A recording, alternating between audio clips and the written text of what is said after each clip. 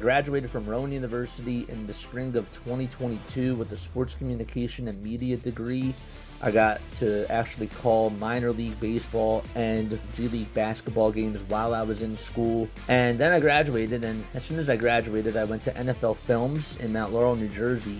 And as much as I loved that experience, I miss putting on the headsets. I decided, you know what, talk is cheap.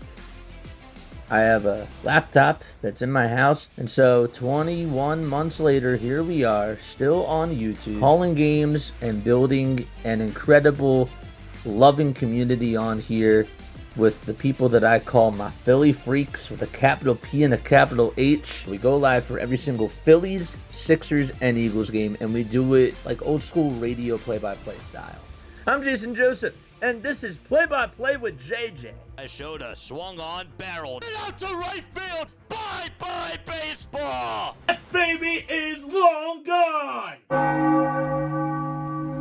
Yo, what's going on, everybody? Hopefully you're all doing well and having yourselves a very fantastic day. I don't know why.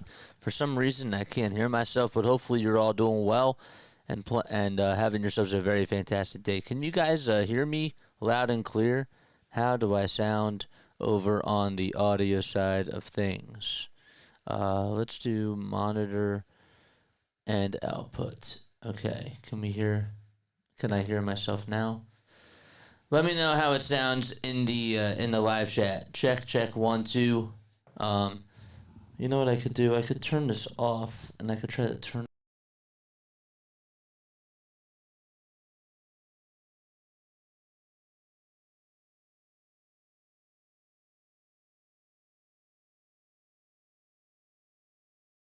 2 1 2. Nah, I still can't hear myself. Hopefully you're all doing well. What is going on, man? We got Game 5 of the World Series tonight. It's so low. I can't understand why. I'll have to fix it during a break or something. Again, I apologize. I don't know why that just happened. I tested everything. Everything was working just fine. And for some reason, something is wrong with the settings. But that's okay. As long as you guys can hear me, that's totally cool. Yes, we got Game 5 of the World Series tonight. Yesavage is going to be on the mound, and he'll be going up against Blake Snell as well. James says echo. Now we have an echo. Uh-oh. Now we have an echo? Hello? Echo? First time was good. Deborah says loud and clear.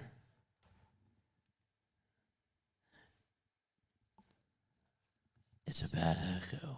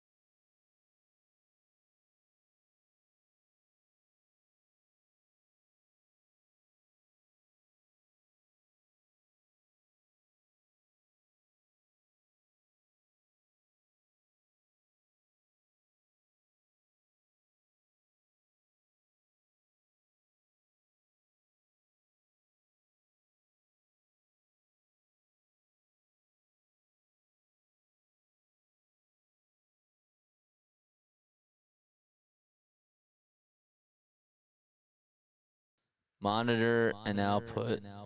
Okay. See if this works. Nothing. Blake says better. Properties. The roadcaster's on. There we go.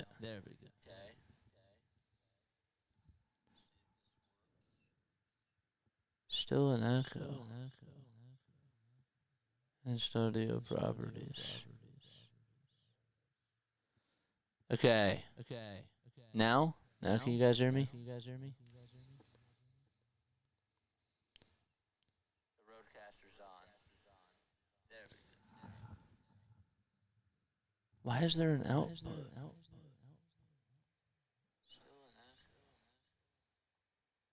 Why is there still an echo? Weird. Okay. Now? All right, be right back.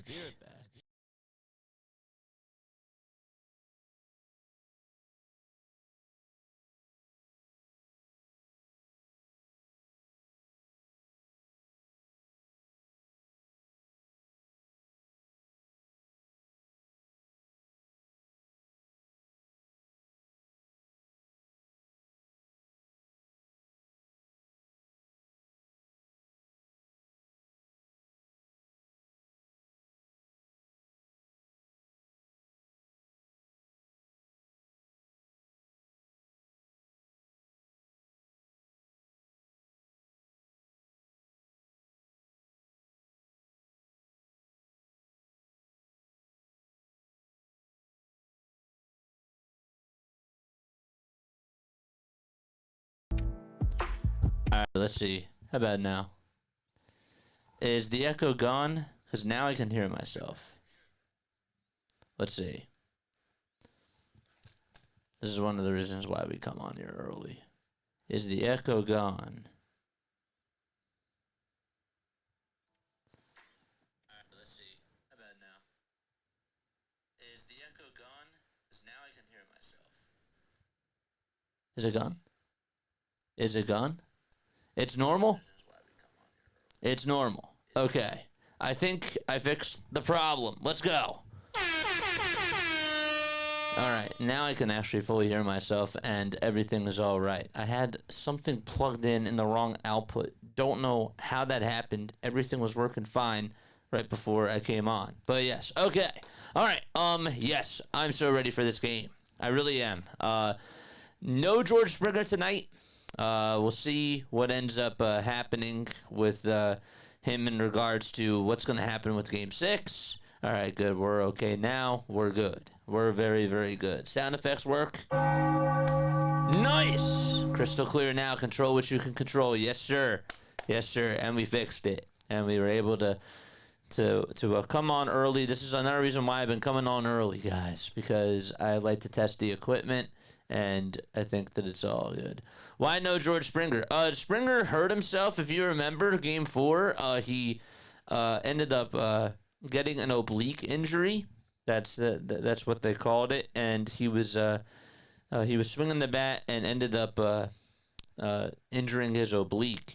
So he might be back on Friday for Game 6, but we shall see. So. But yes. All right. I did post, if you're over on YouTube, and thank you so much for the rage Jeevanutes. I really appreciate it, man. If you are over on the Jeevanutes side, if you are over on the YouTube side of things, I did post new emotes. Okay. Memberships are $2.99 a month. Okay, if you guys want to have access to Blue Jays and Dodgers emotes that you can post in the chat, I have some Vladdy emotes. I have some Shohei emotes. I have an It's Time for Dodgers baseball emote. I have some really, really cool stuff. Also got Ace on there. So if you guys want to see these emotes and if you just want to post them, in the chat, all you got to do is become a member. It is $2.99 a month, and you can do that once you're able to click on this. So I just posted this. There we go. Click on that link right there if you are in the live chat, and if you want to do that, you can most certainly do that. So if you're rooting for the Blue Jays, you can post the Blue Jays emotes, and if you're rooting for the Dodgers, you post the Dodger ones. I want to try to interact with you guys a little bit more, so I figured, you know what, I got to change up the emotes, and this is a good way to do it. So when we're doing NBA games, same thing. If you're going to be rooting for the Clippers or the Warriors, if we ever do another game like that, then all you got to do is just become a member. It's $2.99 a month, and we can certainly do that. So that would be really cool. I am gonna take 2 minutes. I do have to. I do have to do something very, very quickly that I forgot. So just give me another 2 minutes, and then we will get started, and we'll actually do like an actual pregame show. So I'll see you soon. Don't go anywhere.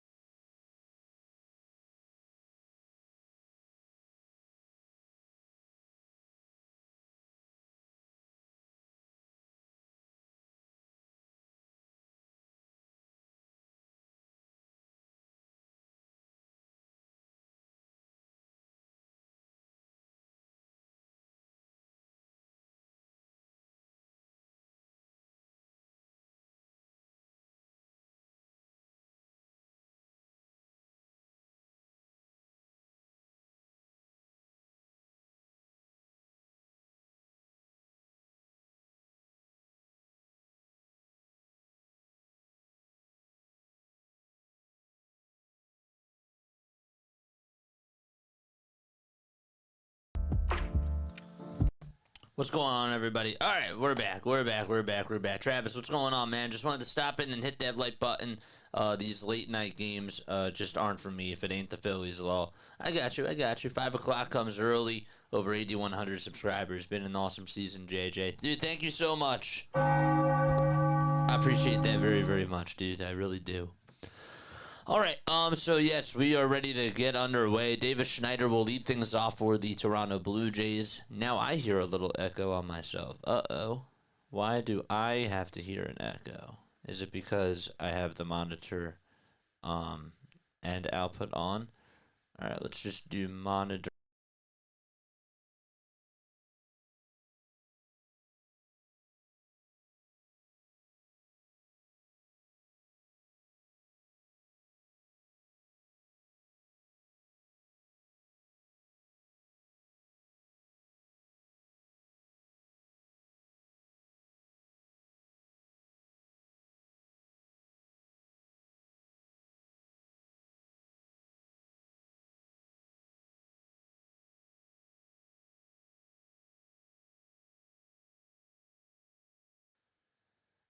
Okay. Now is that better? Okay. Weird. Good to know. Okay. No sound. Got it. So it's David Schneider, Vladdy Guerrero Jr., Bo Bichette, Alejandro Kirk, Dalton Varsho, Ernie Clement, Addison Barger, Isaiah Kiner-Falefa, and Andres Jimenez. All right. So Schneider's out in left field. Vladdy is over at first. Bo Bichette is DHing. And then you got Alejandro Kirk catching behind the plate. Dalton Varsho's out in center field. Ernie Clement is playing over at third. Then you got Addison Barger out in right field. Isaiah Kiner-Falefa playing over at second. And Andres Jimenez, he is the shortstop. And he will be batting in the 9th spot. Comment what your final score predictions are down below. Would really love to hear what you guys have to say about that. And again, if you are rooting for the Blue Jays or the Dodgers, drop those emotes down below. I will be gifting some more memberships today. If you guys do want to become a member, you might be able to get one with the gifted memberships. But if you can't, if you don't get gifted one today, it is $2.99. It is $2.99 a month. So you can just pay for just the month, and then you can you don't have to renew your membership or anything. But it is $2.99 a month. If you want to become a member, the link is right here. Memberships. There it is. Good job. Good job. Nice. There's the membership links. Nice. All right. For the Dodgers, they have Ohtani. They have Smith, Betts, Freeman, Hernandez, Edman, Muncy, Kike Hernandez, and Alex Call. No Andy Pajes tonight for the LA Dodgers, which I find interesting, that's for sure. So again, it's Ohtani, Smith, Betts, Freeman, Teoscar Hernandez, Tommy Edman, Max Muncy, Kike Hernandez, and Alex Call in the lineup for the LA Dodgers. Yes, and Blake Snell will be on the mound tonight for the Dodgers as well. Blake this year, as far as the postseason goes, he's been really terrific. He did give up the 5 earned runs in the last game that he played, and that was against the Toronto Blue Jays. But besides that, he was pitching so well. He had his first bad outing in quite some time, ever since the end of August. So what I really meant to say was that he was pitching really well until his last outing, because he just did not look good at all. He gave up a lot of hits. His fastball was elevated. His breaking pitches were not hitting the spots. It looked like that the changeup was elevated at times too, and it was just not a strong outing for Blake Snell, especially when the game got a little bit later. So, and he's looking for a bounce back performance tonight. Trey Yesavage on the other side of things, he'll be on the hill for the Toronto Blue Jays. Trey is 2-1 in the playoffs with a 2.46 earned run average. He did go 4 innings on last Friday, and gave up 2 earned runs. He walked 3 batters. He did also get 5 strikeouts too. Now, granted, he did not get the win, but he still, I thought, did a good enough job to help the to help the Blue Jays be put into a position to succeed. I still thought that he gave you a little bit of length. You would have liked him to go maybe just a little bit more, but he still was effective out there. I have to give credit where credit is due to this Toronto Blue Jays bullpen, because they've been so good pretty much throughout this whole series. This Blue Jays bullpen, I had a lot of question marks about how good they were going to be when they came on into this series. I didn't know what to really expect out of them, and they've been just so sensational. They really have. Guys have really stepped up, and it's not just the Jeff Hoffmans. It's not just the Sir Anthony Dominguez's. Eric Lauer gave you like 4 innings of good work the other day, and you needed them to be strong in that 18-inning game. Now, he didn't get the win, but he still kept you in a position to succeed. Fluharty pitched pretty well. He had a good day yesterday. As far as the bullpen goes in regards to yesterday's game, if we just want to look at that in particular, they were pretty phenomenal. Fluharty, Bassett, and Varland only gave up 1 earned run, and that was through 3 2/3, and they struck out 4 batters. This bullpen has been very strong, and I'm curious to see how that factors into tonight's game, but we shall see. Nice. LA 6-4, Jays 7-4. Okay, there we go. Nice stuff. MLB on Fox said John Schneider said that if an opportunity arises, he will not hesitate to take a shot with one of the greats. With one of the great postseason players of recent times. Ken Rosenthal and George Springer's availability for Game 5. I thought we had a sneeze incoming, but I guess not. Okay, so we're ready to get started. Let's go. Okay, and actually, as we do that, let's put this guy up here. Let's move this guy down, and voila. Nice. All right, Blake Snell with a 4-seamer, a changeup, a curveball, and a slider. He's used the 4-seamer about 34% of the time and the changeup about 31% of the time during the postseason. We talked about that changeup and how it was just really flat in that 5th inning, especially in the last game. And he's mainly been able to focus on that pitch, and that's really helped him throughout almost the entire season. When that thing is on, good luck trying to hit him. So Alan Porter is the home plate umpire. Then you got Jordan Baker over at first. Will Little is the second base umpire. And then over at third base, in regards to the crew chief tonight, as Davis Schneider will come on into the box, you got Adrian Johnson at third, Mark Wagner out in left field, and Johnson Payne playing out in right as well. It's 85 degrees out at Dodger Stadium, and Blake Snell ready to get things started as Davis Schneider steps into the box. Light blue uniforms for the Blue Jays with white text painted across the chest.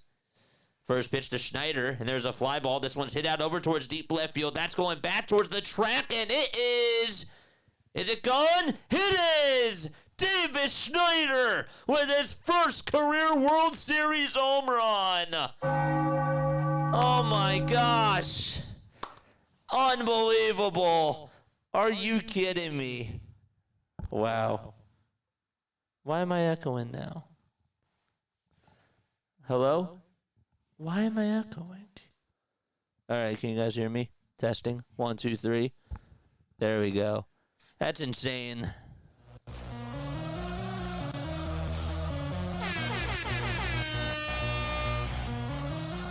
Whew.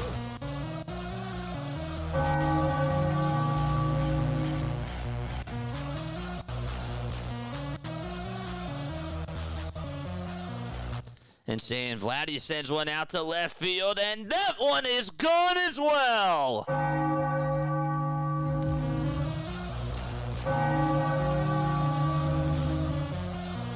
Back-to-back jacks.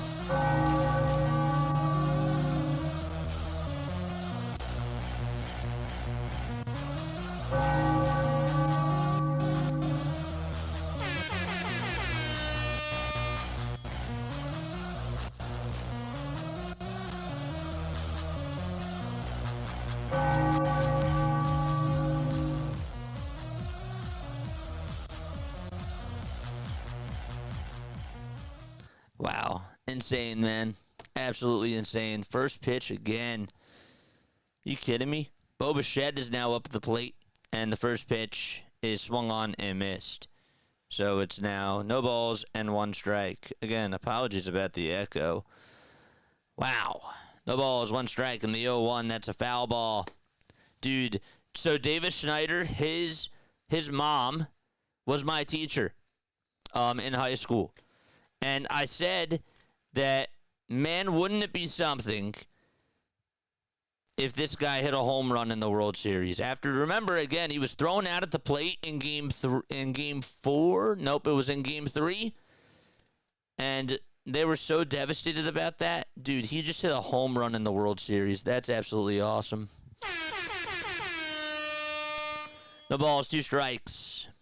The 0-2 pitch. That's down in the dirt for a ball. Next man up mentality. Next man up mentality. Davis Schneider in the World Series.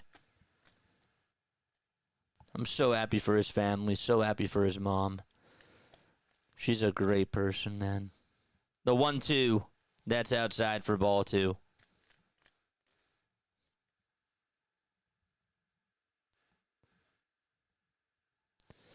Two balls, 2 strikes. The 2-2 pitch, swing and a miss.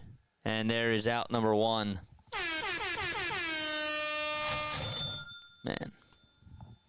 Shout out to Davis. Big shout out to Davis, man. I'm so happy for him. Just a cool story. Top of the first in the pitch, and that's up high for a ball. Lou, I think I remember telling you about how I think I remember telling you about that. 1 ball, no strikes. The pitch. That's a foul ball. Yeah, he's from Berlin, New Jersey. 1 year older than me.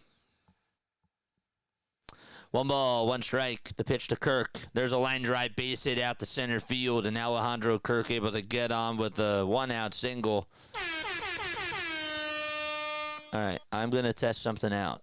Can you hear an echo? Yes. It's weird. Why is that? I don't know why that is. Is it because of this fader? No.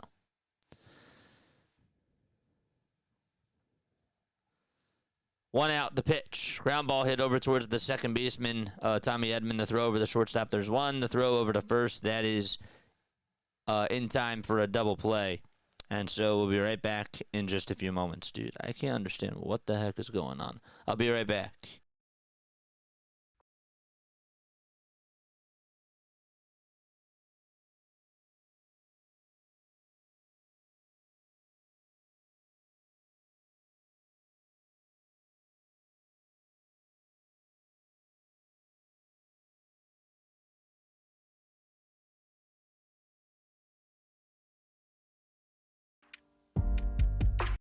We have a challenge here.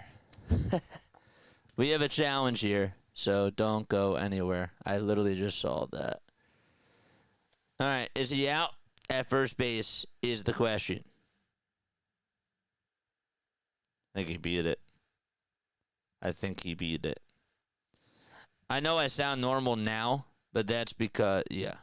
I know I sound normal now, but not when I'm playing my sound effects.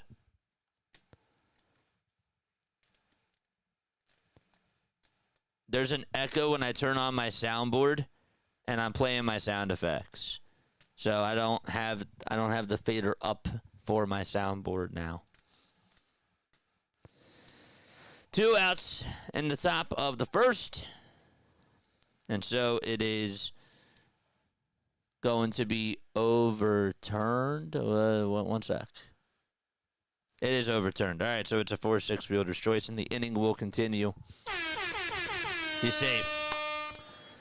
All right. He is safe.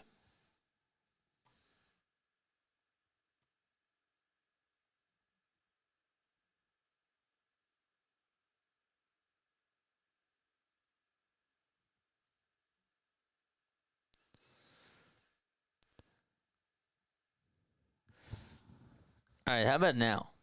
There we go. Fixed it. There we go. I saw what it was. Okay. Good. 1 ball, no strikes. And the toss back on over to first base is not in time. Fixed it. Stupid setting in OBS.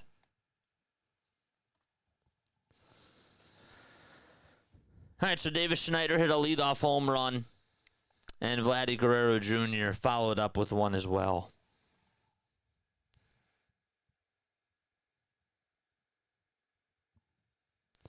1-0 pitch on the way. That's in there for a strike. The throw over the second base. That is in time. And there is out number 3. All right, but the damage is done, and we are going to go to the bottom of the first. Now I'll take a step off, and I'll be right back.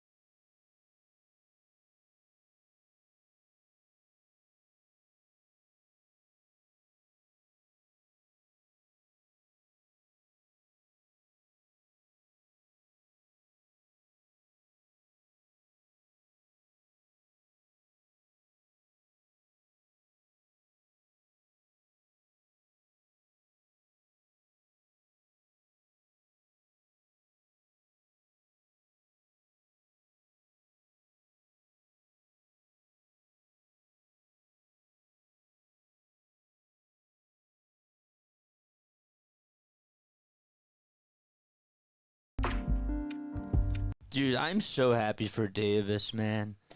I'm so happy for him. Shout out to his mom. Shout out to his whole family.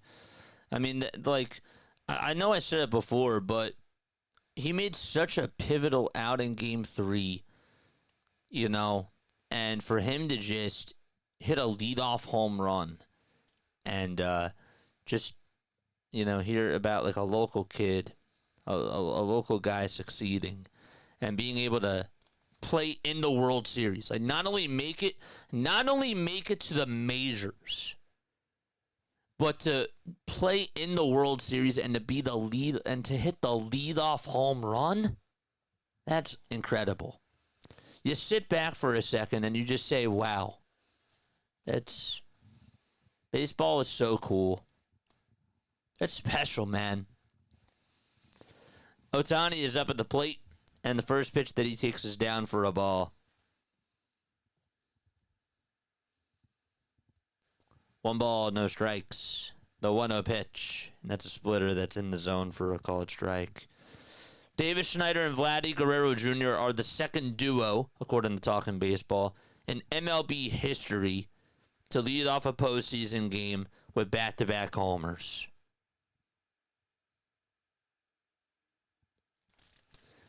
One ball, two strikes. Bottom of the first. Ohtani is in the box. And on the mound, it's Trey Yesavage. We'll talk a little bit more about him in just a few seconds.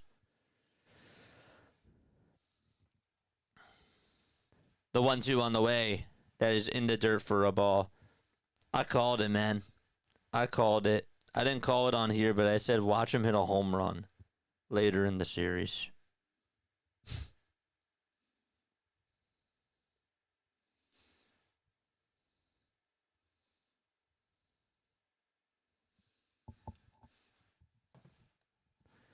The 2-2 pitch. That's a foul ball.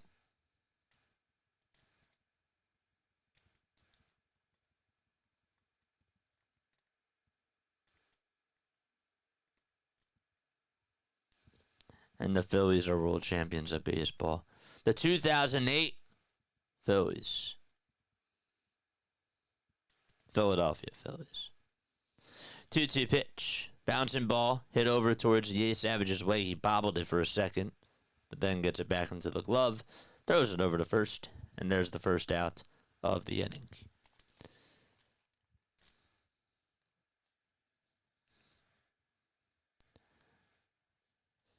That was the 7th leadoff home run of the postseason. 2 more than in any other single year. Schneider, Ohtani twice. Bush 2 times. Springer and Churrio.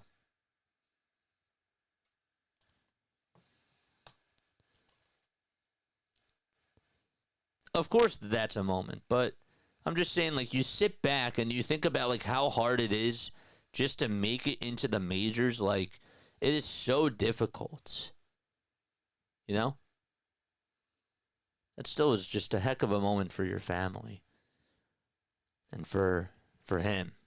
0-1 pitch. There's a fly ball hit out over towards left field. Davis Schneider's there. Gets under it, and he'll make the catch. And there's out number 2. And so now Mookie Betts is coming on up to the plate.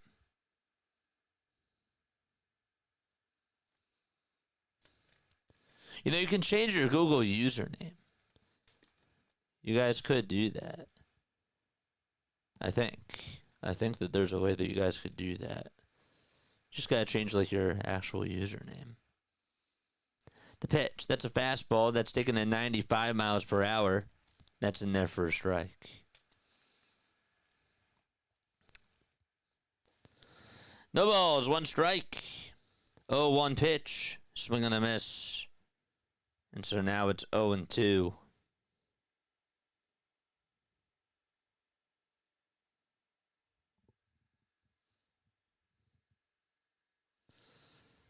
Oh-2 pitch on the way, swing and a miss, and there's out number 3.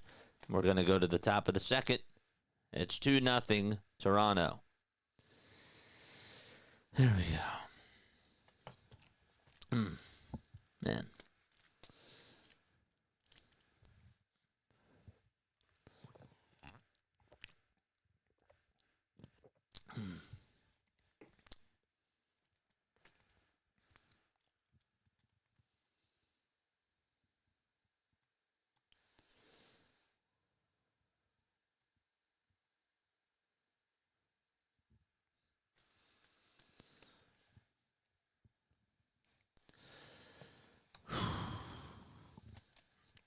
All right.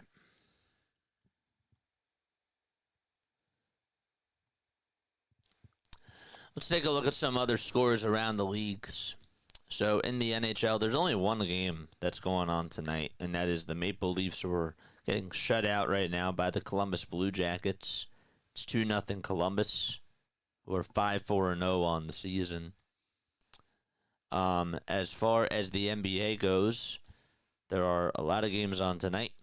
You got the Rockets taking on the Raptors 101-89 with about 34.5 seconds to go in the third quarter. The Celtics are winning 75-60. They just got started the third quarter. It's halftime out in Detroit. They lead it by 1 against the Magic. 65-64 is the score there. The Nets are currently down by 11 points to the Atlanta Hawks. It's 48-36 now, so make it 12, with 6:22 left to go in the second quarter. The Bulls lead it by 7. It's 31-24, with about 2:36 remaining in the first quarter. And then tonight you got Pacers and Mavericks at 8:30, Pelicans and Nuggets at 9, Trailblazers and Jazz at 9, Lakers and Timberwolves out at 9:30. And then at 10 o'clock, it'll be Grizzlies against the Suns. So those are all your scores around the other Big Four sports. No football games tonight. Tomorrow night in the NFL, for Thursday Night Football, it'll be Ravens and Dolphins, which should be a interesting matchup. Ravens are 2-5. Dolphins are 2-6. Miami is the home team. It'll be Tua going up against, I believe, is Lamar going to play? Is Lamar going to play? Let me know in chat down below. Yes, I think he is. I think he is, but please tell me. All right, drop those Blue Jays emotes down below. Where are my members at? Again, it's $2.99 a month. That's all you got to do. It's just $2.99 a month. Ernie Clement is up and the pitch, and that's a foul ball. I want to get, next year for baseball, I want to get, 100 members. I really do. I really want us to go all out on memberships next year. 0-1. There's a ground ball hit over to the shortstop. Mookie Betts, he has it, plays it on a hop, throws it over to first, and that's in time for out number 1. It's only $2.99, man. But I know that for some people, I'm not trying to let anybody feel guilty. But there we go.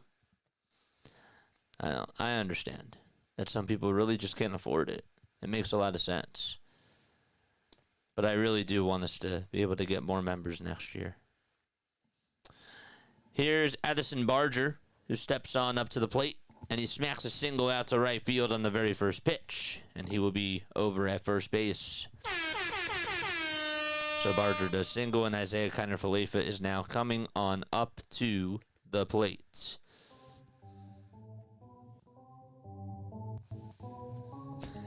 Mikey. You're funny.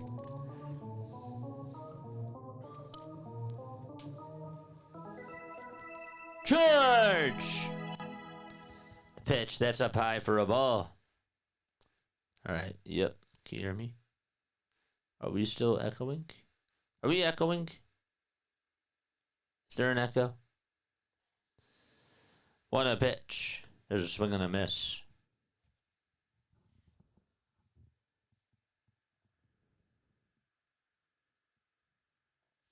Hello? Testing? Any echo? Or am I just getting paranoid? 1 ball, 1 strike. The pitch. That's a changeup. That misses outside for ball 2. No echo. Good. I'm just getting paranoid. Thanks. Thank you.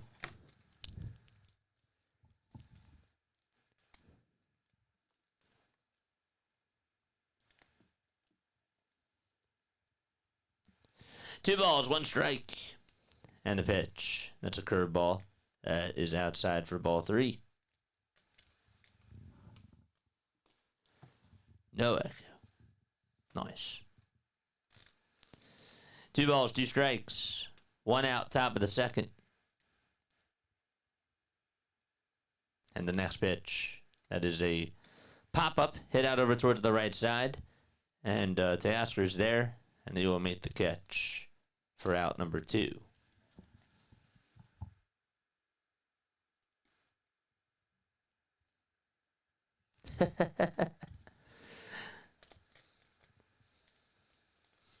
Just a little paranoid. Andres Jimenez is up at the plate.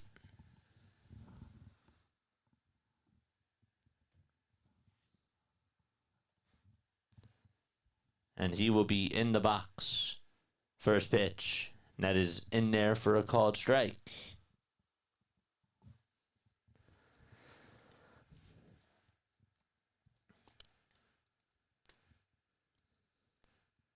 Up next is Davis Schneider. No balls, one strike. Snell kicks, deals, swing and a miss. On with a slider there. And so now the count is 0-2. Andres during the postseason is 7 for 14 with the runners in scoring position. I don't know if that's good. No balls, 2 strikes. 2 away, top of the second. 2-0 Toronto. 0-2 on the way. Swing and a miss, and the inning is over. It's time to go to the bottom of the second. It's 2-0 Jays against the Dodgers. No echo.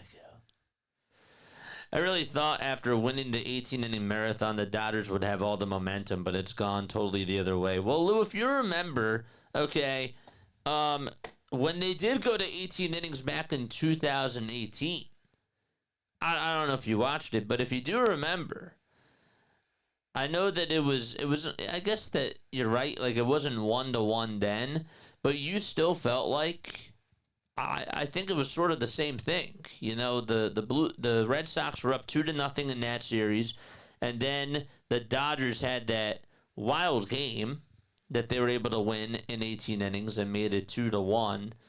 But you kind of thought to yourself, well, the Dodgers certainly have the momentum now, right, after that 18-inning game? No. And they lost the next 2. And they ended up losing in 5.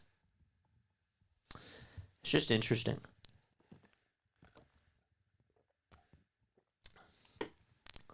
Hit that thumbs up button. Hit that subscribe button as well. Turn on the bell icons too.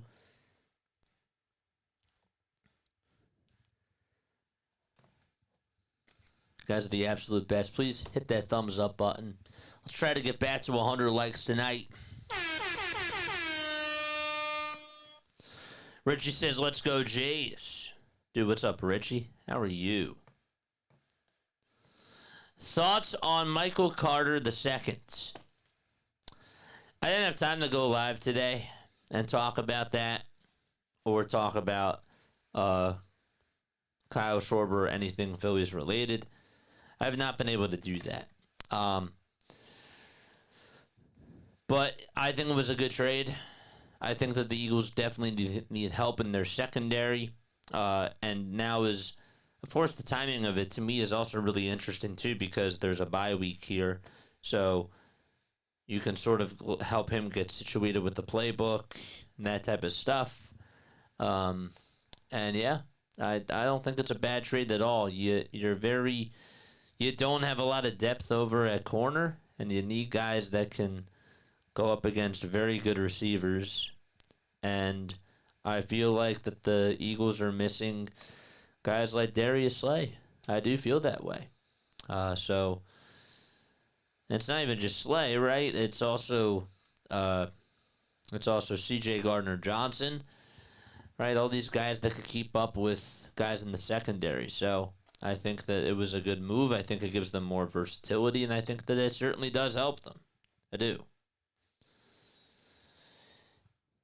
Trey Yesavage comes back on the mound, I should say, and Freddie Freeman looks like a called strike.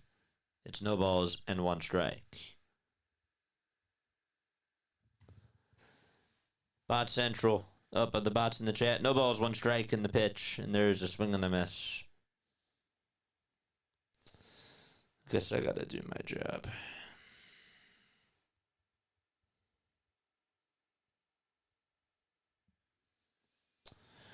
No balls, 2 strikes. 0-2 pitch to Freeman. And that is a foul ball.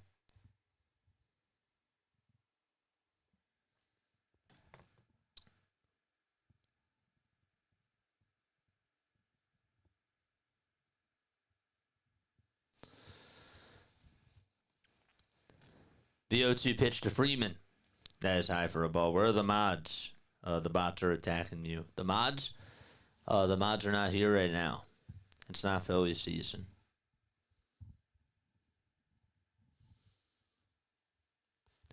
One ball, two strikes to Freddie Freeman in the 1-2 pitch. And that is a foul ball again.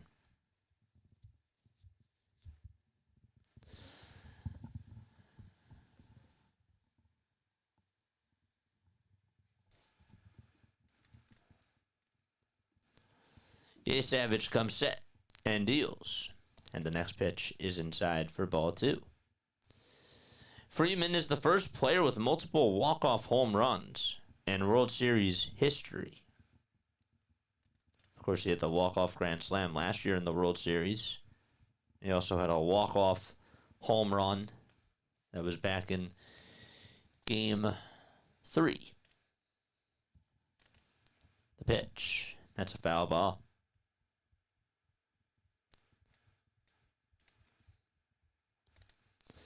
Two balls, two strikes. Nobody out. The 2-2 on the way. Swing and a miss. And there's out number 1 here in the bottom of the second inning. And back-to-back strikeouts for Trey. We got 76 people watching on here. Come out of the shadows. Get involved in the chat if you can. Would love to hear what you guys have to say about this game.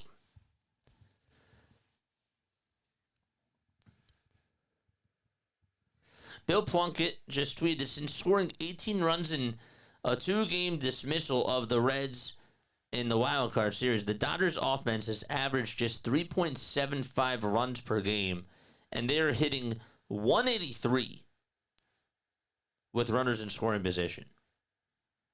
That means that they're 17 for 93. One ball, no strikes to Teoscar. Here's a splitter that's in there for strike 1.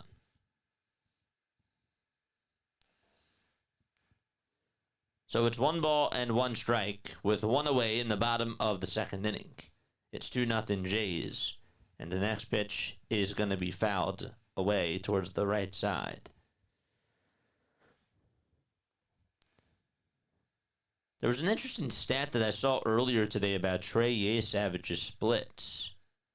And I'll get into that in just a little bit. 1-2 is the count still. There's 1 out in the bottom of the second.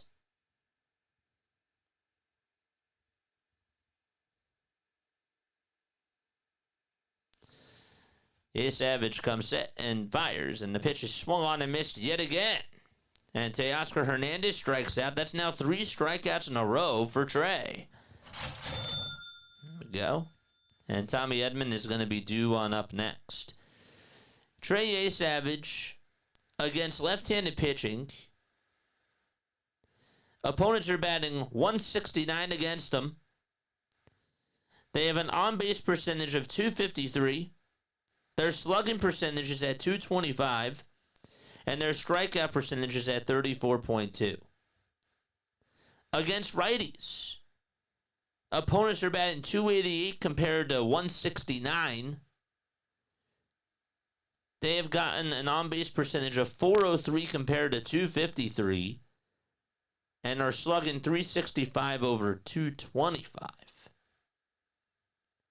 And they have struck out only 25.8% compared to 34.2. So essentially, he's had a lot more success against lefties than righties. That was the whole point. 1 ball, 1 strike. But just to show you that even the data backs that up. The 1-1 pitch. That's a foul ball back towards the screen. He's had more postseason starts compared to regular season starts. 1-2 pitch, here it comes. Swing and a miss, and Trey Yesavage, he'll strike out the side. He has struck out 4 batters in a row. And we're going to head to the 3rd inning. 2-0 Toronto. Let's go. Trey Yesavage, man. Where my Toronto fans at? Come on!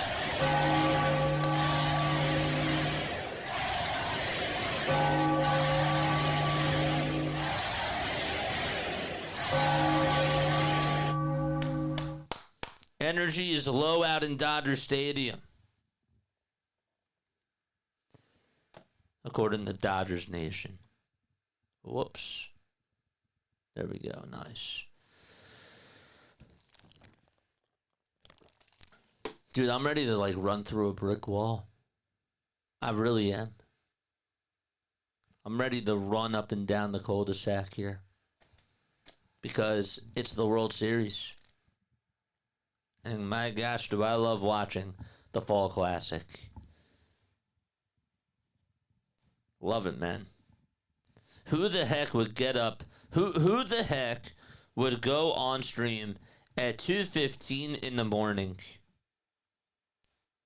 after watching a World Series game with his family after they go to bed and then just put on the headsets and stream? Not a lot of people would do that. But we're dedicated to that grind, man. We have baseball fever. We do.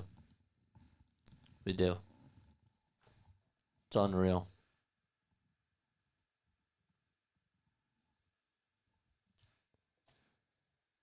DF is here. What's up, DF?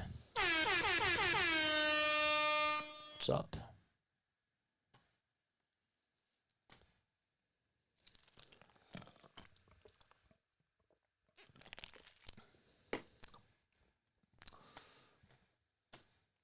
How was the cake? Sweet and good. It was really good. She enjoyed it. It was good.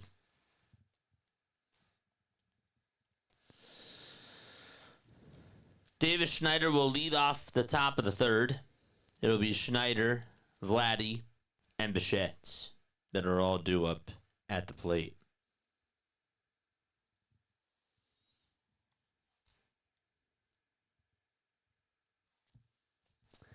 As we go to the top of the third inning.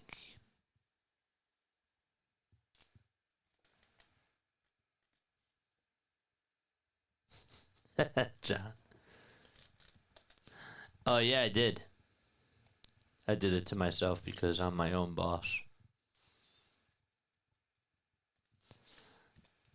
1 ball, no strike to Davis Schneider.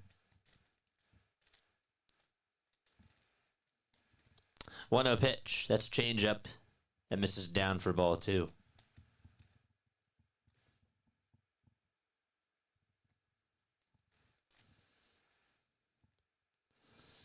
Two balls, no strikes.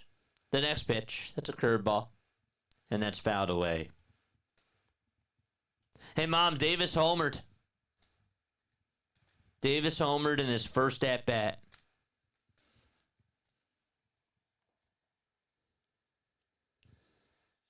Pretty special, huh?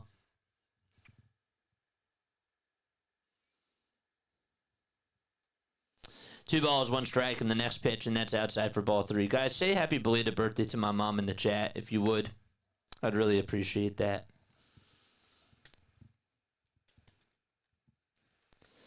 Three balls, one strike.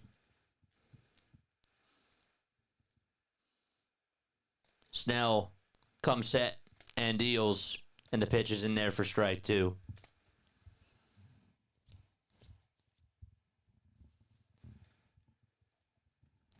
Three balls, two strikes to Davis Schneider. 3-2 on the way, swing and a miss, and Davis strikes out. And there's 1 out in the top of the third inning. Alrighty. Congrats to your friend's success. It's not my friend. It was my teacher's son.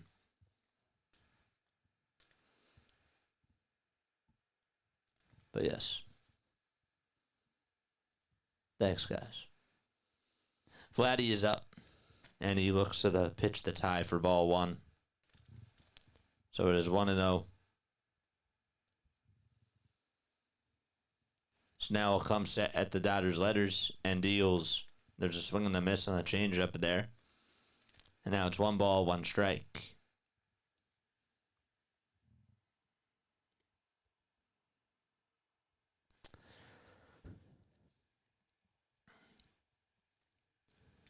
1-1 pitch.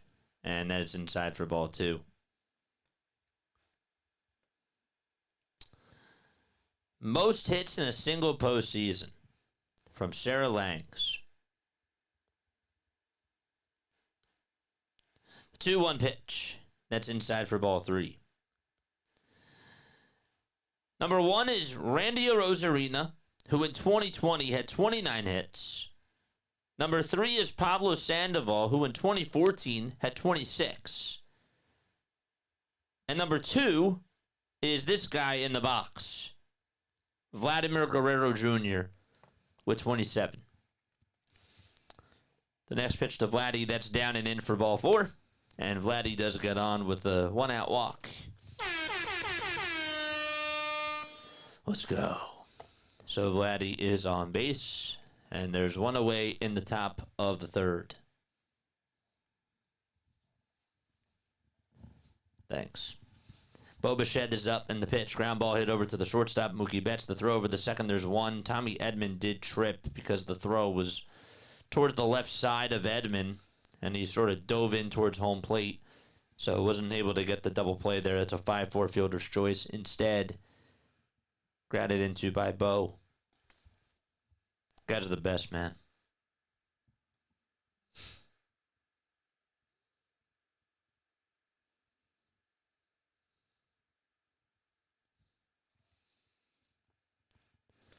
Five-four fielder's choice. Now it's Alejandro Kirk who will come on up to the plate. And Kirk chases after a curveball. And the count is 0-1.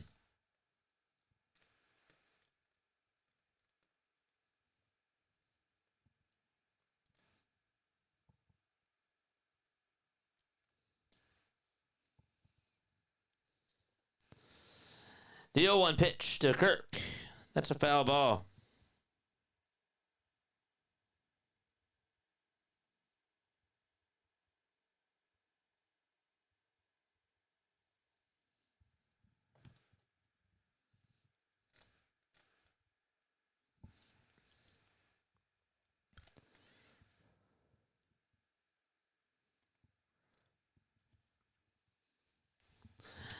The 0-2 pitch.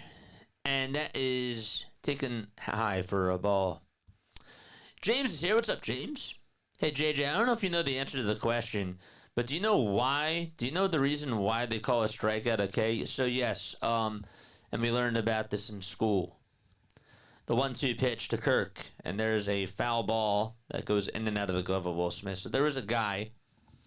His name was Henry Chadwick, I believe. Who was like one of the statisticians of baseball. They had S for sacrifice that they kept for scoring, but instead what they decided to do was go with a K because they wanted to use something else rather than an S. 1-2 pitch. And that is taken in the dirt for ball 2.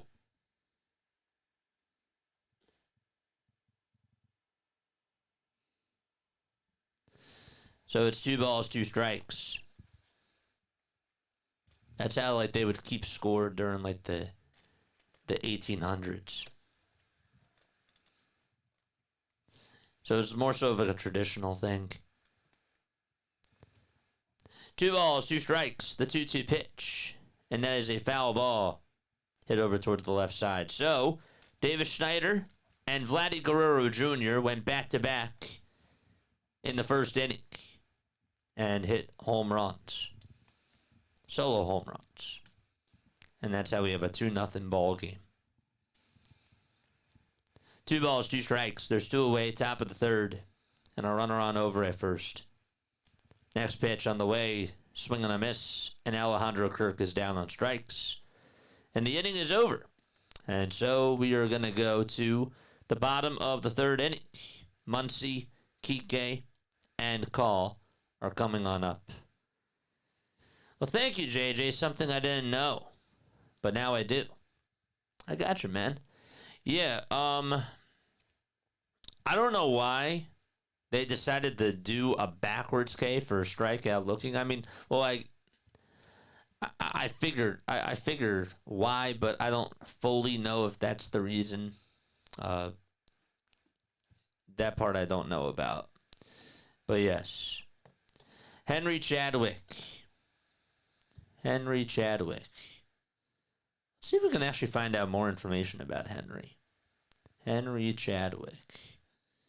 Henry Chadwick was a sports writer. Was actually born in 1824, according to Wikipedia, and died in 1908. He was referred to, and this is true, he was referred to as the father of baseball. There's not, they don't really, I don't really hear like a lot of people talk about him, but he did make it into the Baseball Hall of Fame in 1938. But yes, he's credited with creating box scores as well as creating the abbreviation K for strikeout. So, but yes, that's what it was.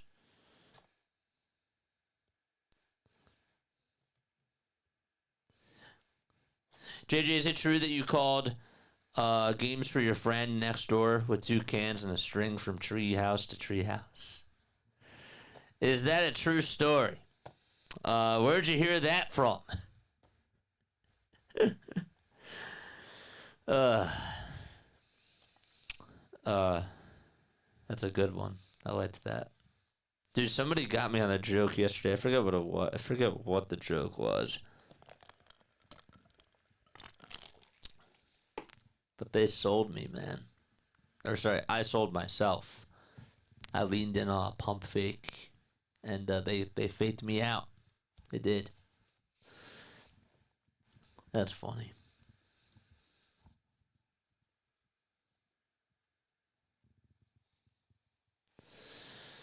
Oh boy.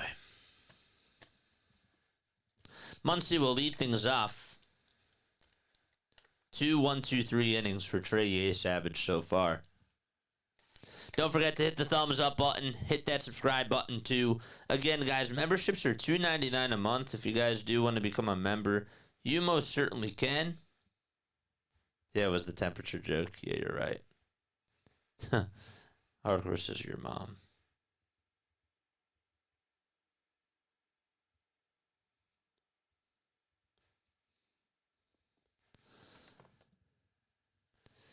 Here comes Max Muncy to the plate. And Muncy takes a called strike. Wendy, thanks. Thank you very much. The ball is 1 strike. The next pitch. And that is inside for a ball.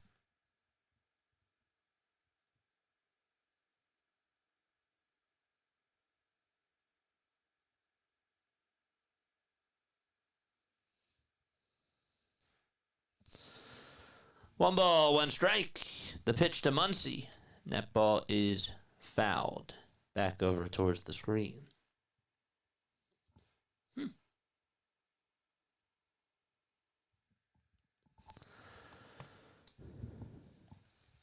Savage comes set and deals again. And that splitter misses wide for ball 2.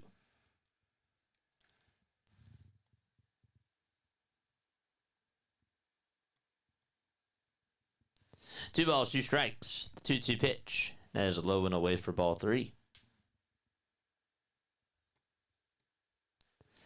Max is 35 years old. He's from Midland, Texas. He's been in the league since 2015. Started off his career with the Oakland Athletics. 3-2 pitch. And a called strike 3 at the knees. And that's now 5 strikeouts in a row for Trey Yesavage.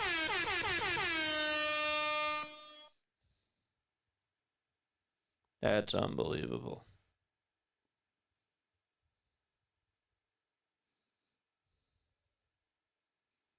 Most consecutive.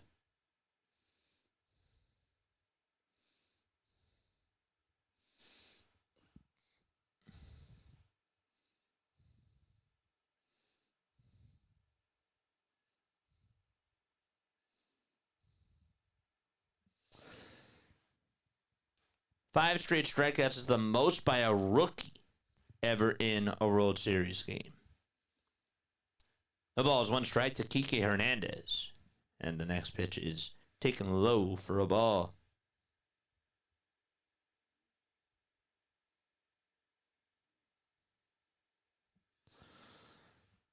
The 1-1 pitch.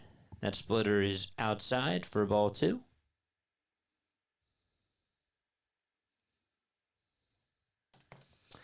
Two and one is the count.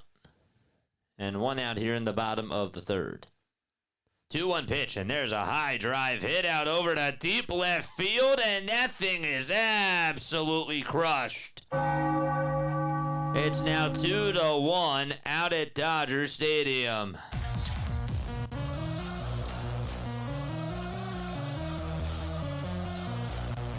And that's how the strikeout streak comes to an end. The Dodgers are on the board.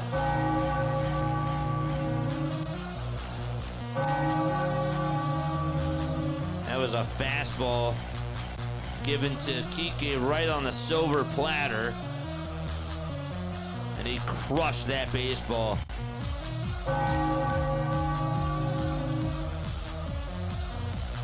Edmund, or Call that is, now steps up into the box. And he takes a look at ball 1. It's now 1 ball, no strikes. Kike has 11 homers in Dodgers postseason history. The 1-0 pitch, and that's a fastball taken right down the middle for strike 1. There's Alex Call. He's in the box playing for Andy Pages. And the 1-1 pitch, swing and a miss. Pages has just not had a good playoff run so far. 1-2 is the count. And there's 1 away in the bottom of the 3rd. 3 solo home runs in this game. 2 by Toronto. And 1 by the Dodgers. The 1-2 pitch to Call. That is called a ball. Looked like it was in there for a strike.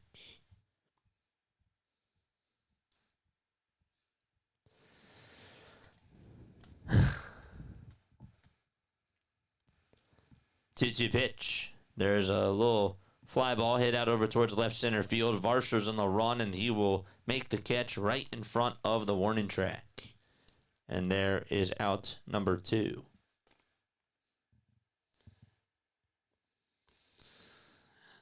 Oh, long ball, did you see my message on Instagram? There we go.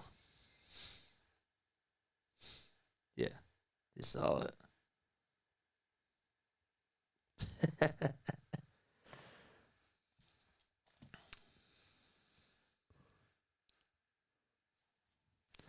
2 outs, bottom of the 3rd. And Ohtani comes on up. And he takes a fastball in the dirt for ball 1.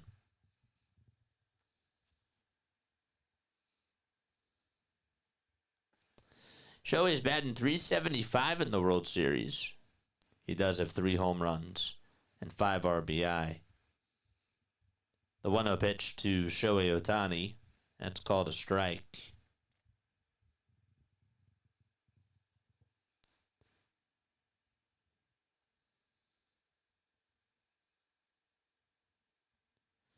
The 22-year-old yesavage kicks and delivers and throws a pitch that's inside for ball 2.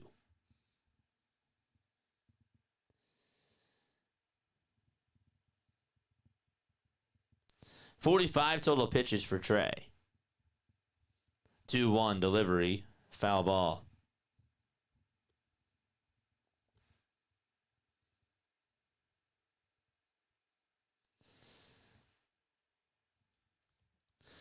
Two balls, 2 strikes. There's 2 outs here in the bottom of the 3rd inning. And 46 pitches so far for Trey yesavage. After this, I am going to take a very quick step off. The 2-2 pitch, swing and a miss. And Shohei Ohtani is down on strikes for the first time tonight. Trey yesavage give him 6 strikeouts in this ball game so far. However, he does allow a solo shot to Kike Hernandez. We'll be back in just a little bit.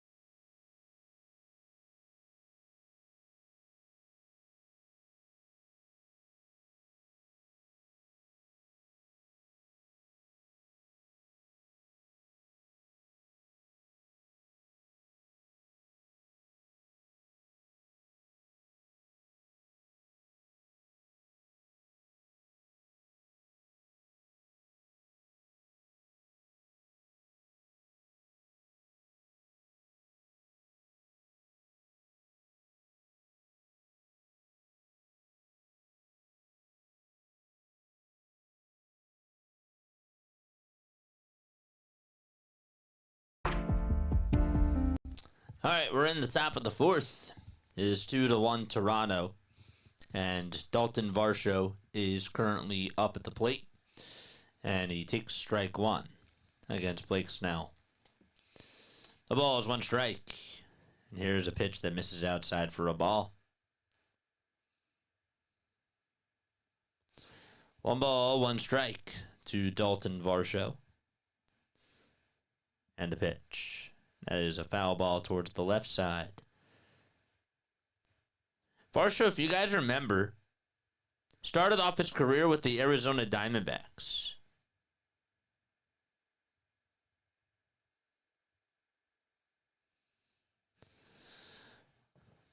One and two is the count, and the pitch. And that is in the dirt for ball two. Won a Gold Glove last year. Ended up going to Marshfield High School in Wisconsin. And then he went to the University of Wisconsin. Played college baseball for the Milwaukee Panthers.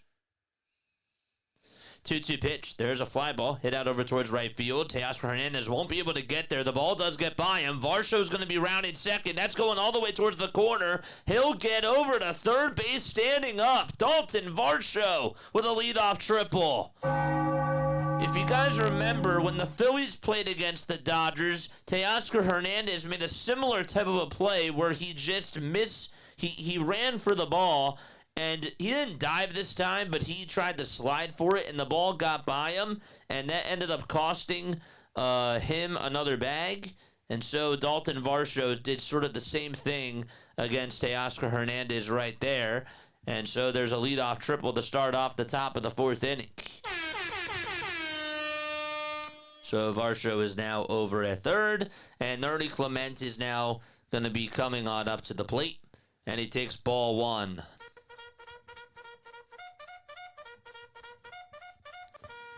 Charge!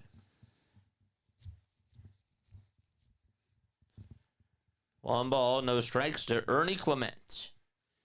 Snell kicks, fires, and that one is fouled back towards the screen.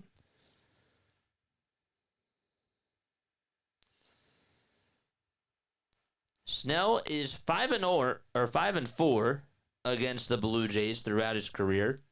This is his 17th time that he is playing against Toronto.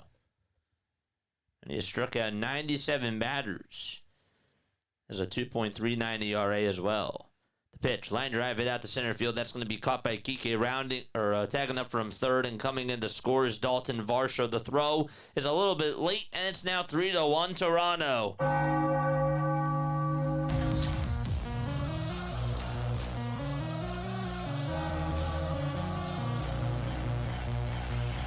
Ernie Clement gets himself a sacrifice fly.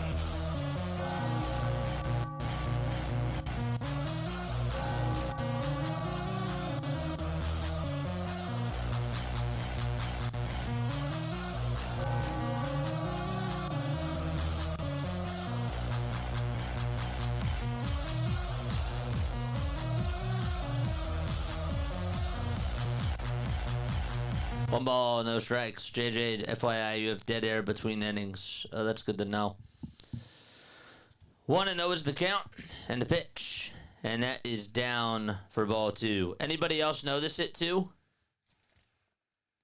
Just out of curiosity. Did anybody else notice that there was dead air in between innings? That was working before. 2 balls, no strikes here in the top of the fourth. And one gone, Addison Barger, who is 1 for 1. He singled back in the second. He's heading the count 2-0 here. And Snell deals, and the pitch is in there for a strike. Ill-conceived and even worse execution on Teoscar Hernandez's dive near the right field line turns Dalton Varsho's hit into a triple. The Blue Jays cash it in with a sacrifice fly, says Bill. Bill Plunkett. 3-1 is the count to Addison Barger. Snell comes set at the Dodgers' letters and deals. And that is lined foul towards the right side.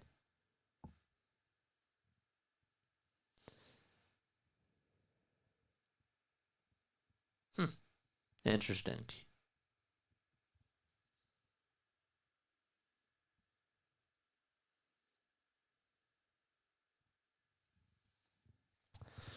Three balls, two strikes. I'll test it out during the next break. 3-2 pitch. That is down for a ball. And we have a 1-out walk. I'll test that out. I don't know. Everything was working fine with the audio today. All I really did was just clean my headphones. That's it. Michael's here. What's up, Michael? What is up, my friend? Top of the fourth. The pitch, that's a changeup. Shout out to you, man. I'm happy to see you on here. I feel like it's been a while since I've seen you here, man. It's good to see you. No balls, one strike. One away, top of the fourth. It is 3-1 Jays. The pitch. That's a foul ball hit over towards the right side and out of play.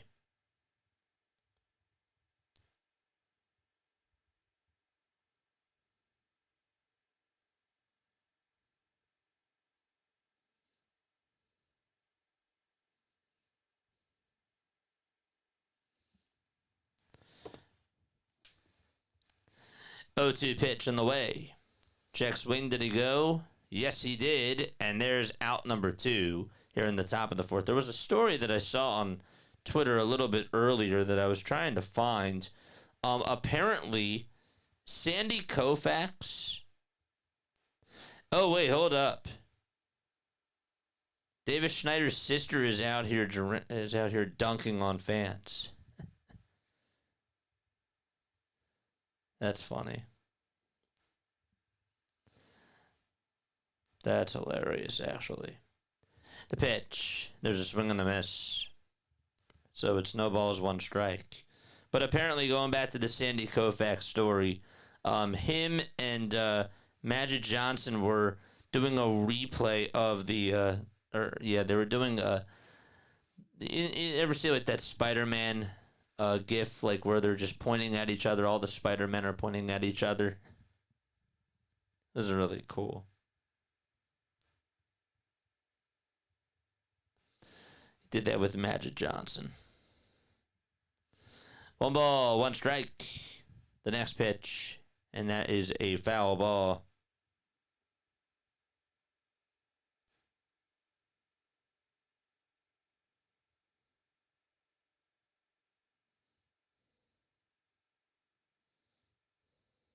They did the Spider-Man meme. They're just pointing at each other. 1 ball, 2 strikes. Andres Jimenez is up at the plate. And the 1-2 pitch. They try to appeal. Did he go there? Yes, he did. So back-to-back strikeouts on check swings. And the inning is done. All right, so let's test this out. And let's see what's going on as we go to the bottom of the 4th inning. We'll be right back.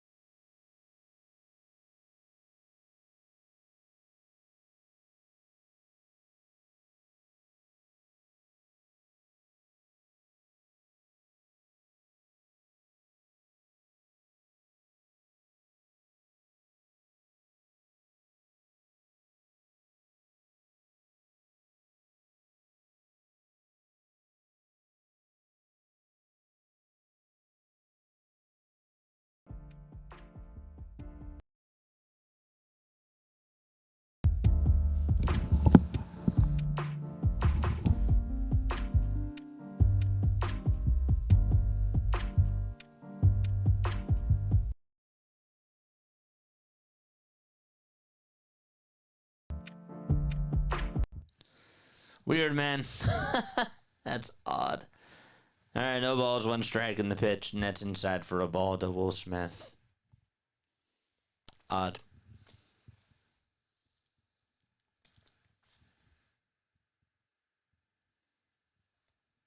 JJ wants to show Kobe, yes. I want a crew, man. But that's the dream, right? That's the dream. 1 ball, 1 strike. Bottom of the 4th. Nobody out. And the 1-1 swing and a miss. But, again, I say that I want a crew. But you know what? Stuff like that, it still might happen. And then you have to deal with people. And there's people that are good.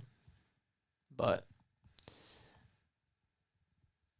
it's a lot. 1-2 on the way, swing and a miss. And so Will Smith is down on strikes. But as my one friend on here would say, just control what you can control. And he's right. He's right. We tried. Nothing I can do right now. I'll have to test it. The pitch to Mookie Betts, and that's a foul ball. There's a 4-seamer at 94 miles per hour. Trey has 34 strikeouts in this postseason so far. It's the most in a single postseason by a rookie pitcher. The 0-1 pitch, and that's outside for a ball. And see, like, not to discredit him, and not to discredit Vladdy, and not to discredit anybody with all their postseason success this year. The 1-1 pitch, that's in there for strike 2. But, you know, when they give out all these records, like most innings pitched in a postseason, all that type of stuff,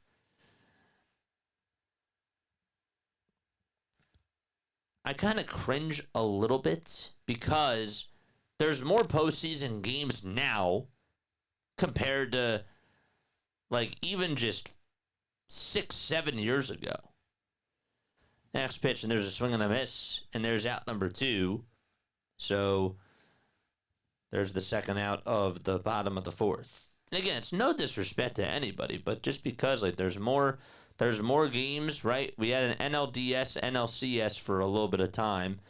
And then I don't even think that the I mean, like, when they added in the World Series and then they added in other playoff rounds, it wasn't always like this. The format was different. 0-1, swing and a miss. And so the count is 0-2. You know what I mean? The ball's 2 strikes to Freddie Freeman. 0-2 on the way, and that's going to hit him right on the foot. Ouch. And he will go on over to first base. But yeah, they've had a lot of success. Like, don't get me wrong. But more records are being broken partly because there's just more games. Period.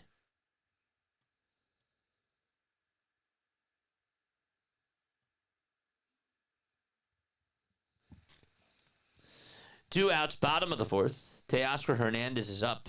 And he'll ground this one back up the middle. Shortstop has it, and he'll just have to eat it up. He tried to throw it with his backhand over to the second baseman, Jimenez, but it was off the bag.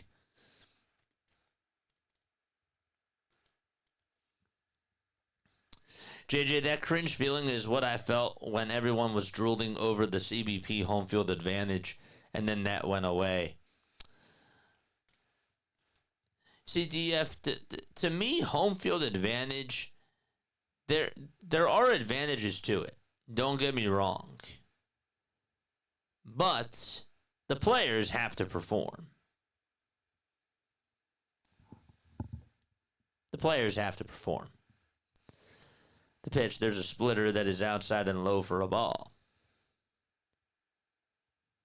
And so it's 1 ball, no strikes. But yeah, I can understand the quote-unquote cringe.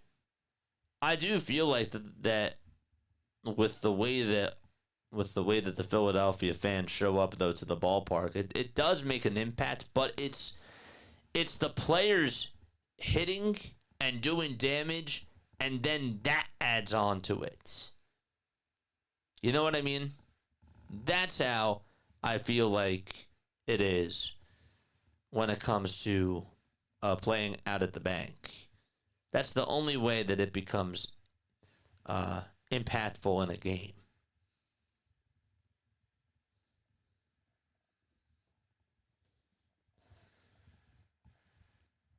One ball, no strikes. Two away, bottom of the fourth. And Edman comes up. And he swings and misses at the slider down the middle. Tommy is batting on the right side, of course.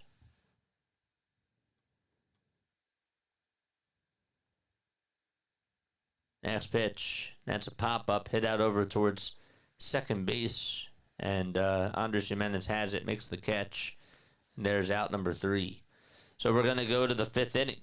It's 3-1 Toronto against the LA Dodgers. I don't know.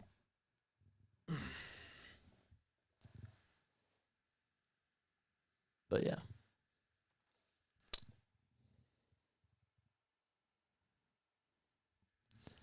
Dodgers once again have no problem getting runners on base.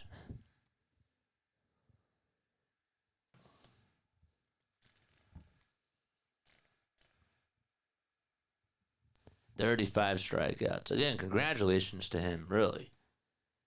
Really. He's had a very good playoff run so far. 4 innings tonight, 2 hits, 1 earned run, 8 strikeouts, and a total of 62 pitches. He has thrown 43 strikes as well. Excuse me.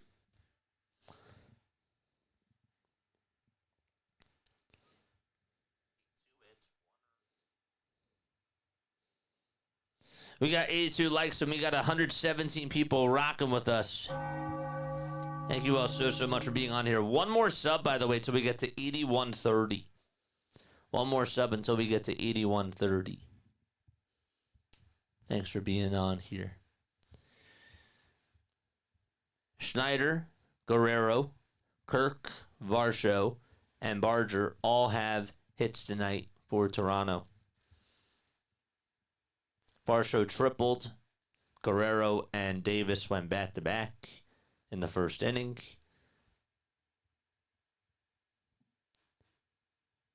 It's been a pretty good day for Toronto. As far as the Dodgers go, Ohtani's 0 for 2. Will Smith is 0 for 2. Betts is 0 for 2. Freddie Freeman 0 for 1. Teoscar 1 for 2. Tommy Edman 0 for 2. And then Muncy 0 for 1. Kike 1 for 1 with a solo home run. And Alex Call 0 for 1.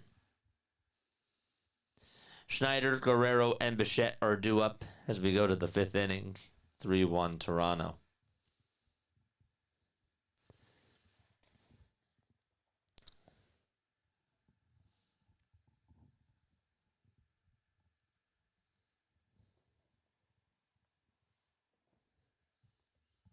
What's up, Scott?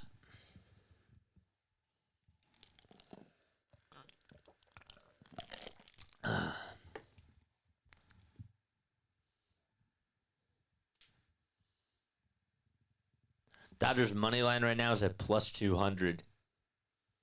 So Vegas does not have them as a favorite right now. That is a gorgeous sunset. Oh my gosh, that's beautiful. Schneider comes up, and he's going to hit this one foul over towards the right side, and it will be out of play. 0-1 is the count. Blake Snell, by the way, 67 pitches for him. And the 2 solo shots have been the difference. Plus, gave up a sac fly, too. Schneider did strike out his last time up, back in the 3rd inning. Steve says, I took Toronto to win this series. Pre-series was at 185. It's not bad. 0-1 pitch. That is outside for a ball.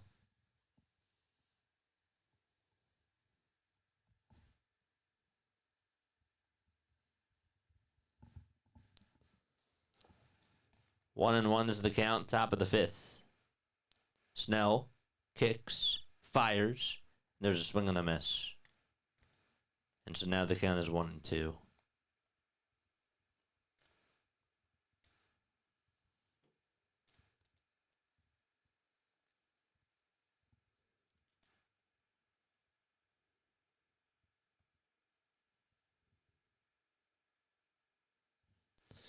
One and two. And Snell delivers again and throws a ball. That was a slider.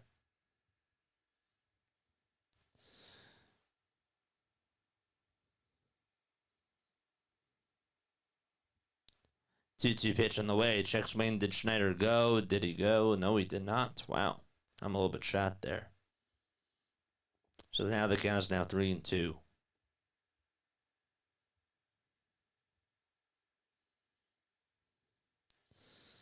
Davis was a 28th round draft pick in 2017.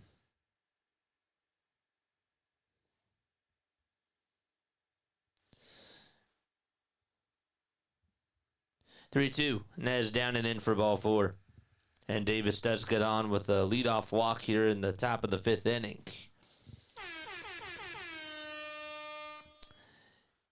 John Schneider, who is now the manager of the Toronto Blue Jays, was a scout at the time, and he basically got into their ear and said, "You should take this guy." The toss back over to first, that's not in time.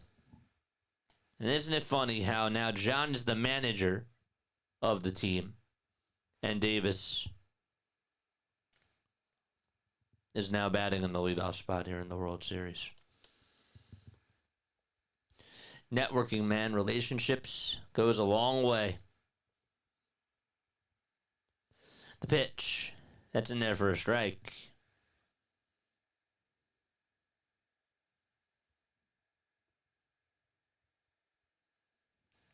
Vladdy behind in the count, 0-1.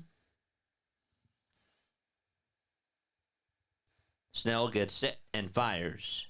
And the next pitch is a foul ball. So now it is 0-2.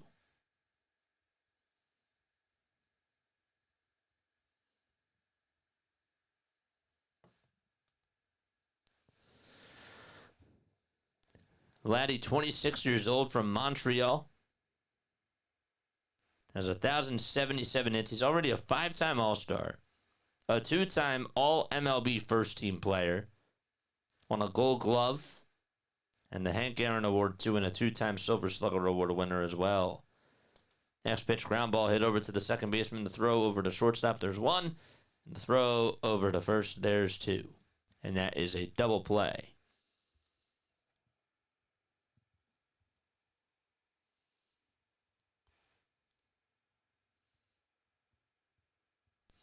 So, a double play. And there's now 2 outs here in the top of the fifth. And that'll bring Bichette up to the plate. Who, by the way, he is 0 for 2. And the changeup that he takes is just a little bit down for a ball.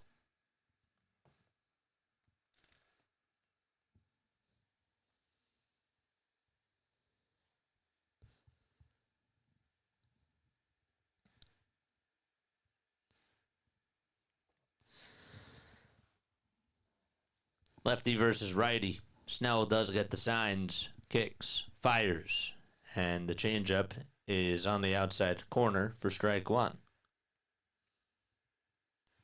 Bo in the regular season had 181 hits and 94 RBI. He led the team in both categories. 1-1 on the way. Fly ball hit out over towards left field. That's going to be caught for out number 3. I'm surprised that he actually was able to launch it that far. That pitch was pretty low. But we're going to go to the bottom of the fifth, and we'll take a very quick step off and be right back.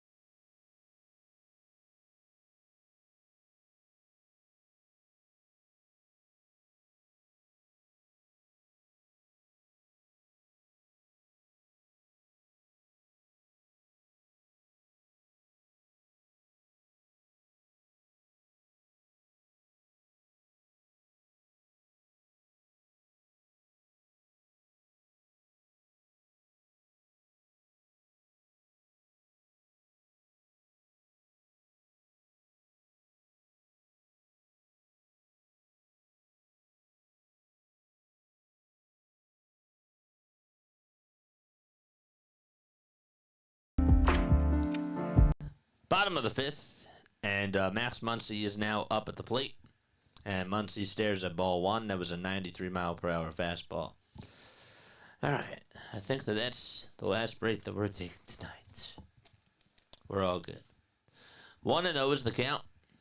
Yesavage comes set and deals. That slider is going to be called a strike. It was at the knees. Again, Trey, in case you're just tuning on in, 4 innings, 1 earned run, 2 hits, no walks, 8 strikeouts. Insane. The 1-1 pitch. The splitter is in the dirt for ball 2.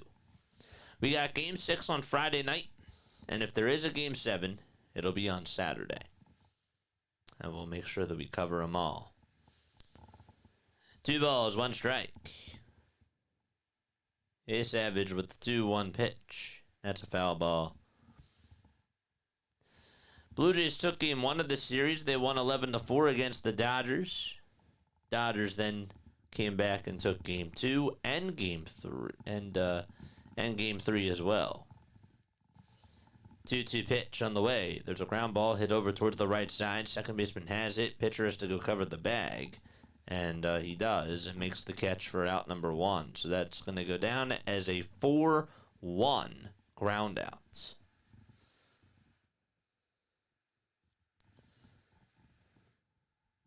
And now Max Muncy is coming on up to the plate.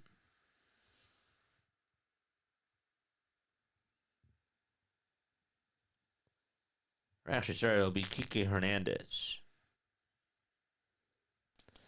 Kike hit a solo homer back in the third.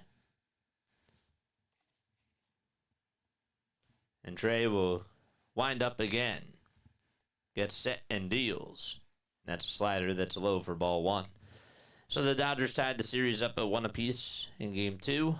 And then the Dodgers ended up winning Game 3 on a walk-off home run in the 18th inning.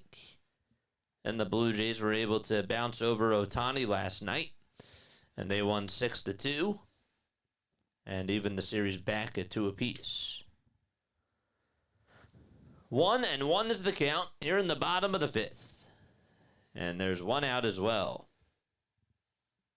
Yesavage gets set at the Blue Jays letters and deals, and the 1-1 is swung on and missed, and there is strike 2. You know, you have to think to yourself, too, the Blue Jays, and again, it's for both teams, but there's no Bowden Francis, there's no Nick Sandlin, no Anthony Santander, no Jose Barrios.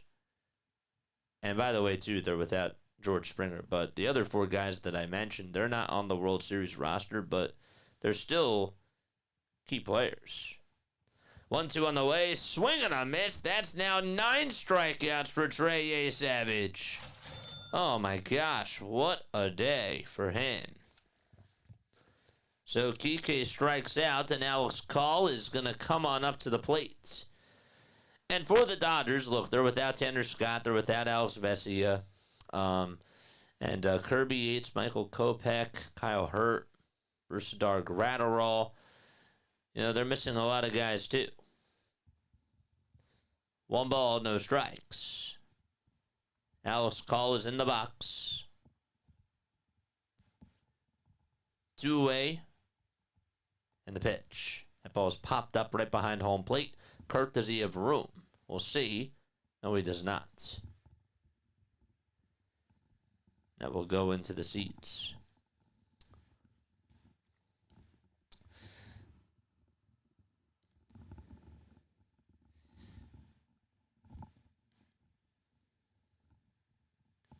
Guest services is checking up on somebody. Did they get hit by a foul ball?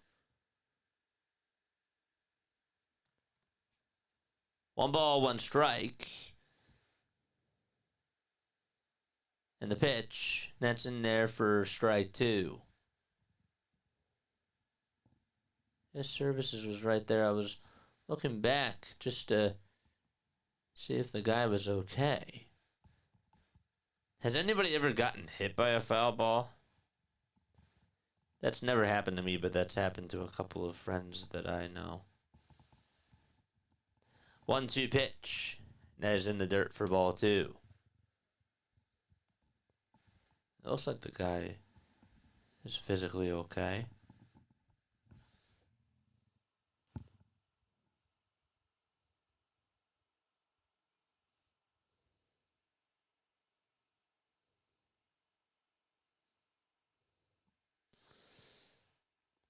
Two balls, two strikes. 2 outs, bottom of the 5th. And the next pitch, that's a splitter. And that is taken outside for ball 3.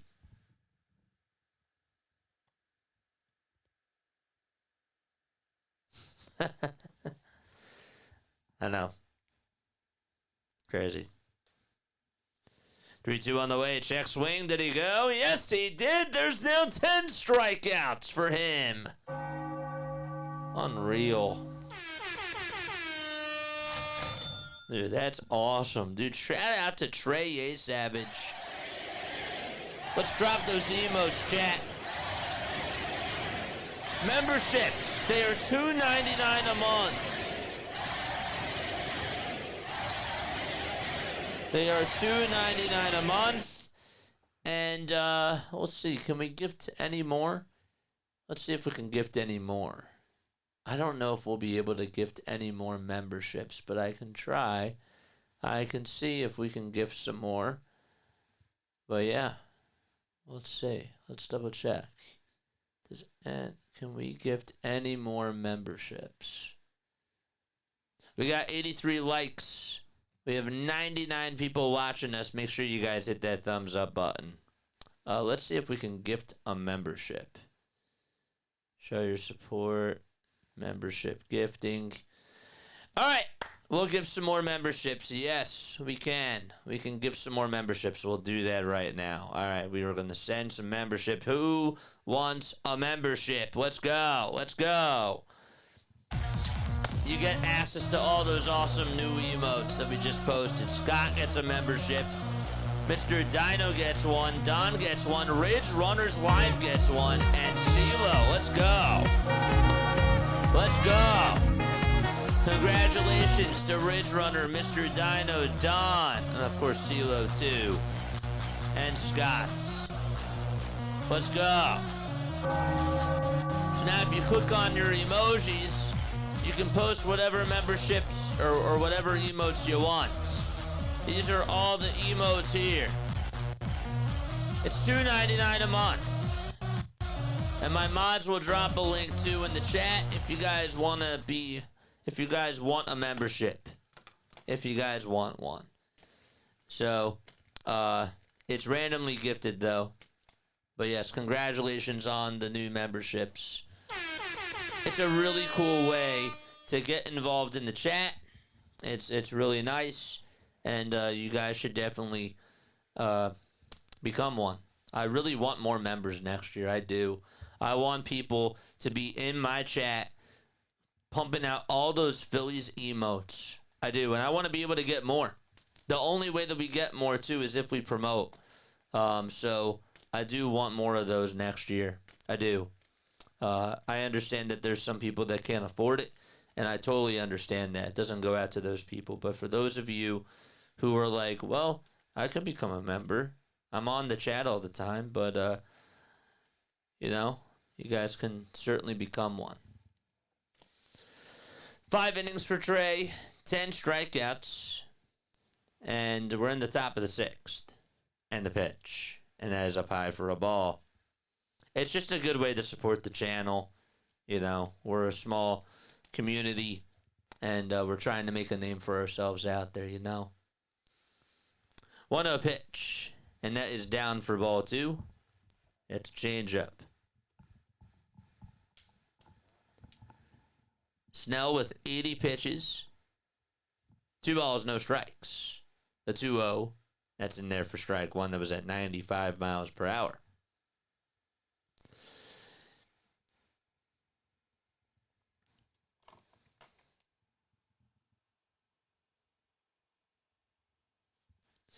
Two one on the way. Swing and a miss. That was a slider. And now the count is now 2-1. Or 2-2, I should say.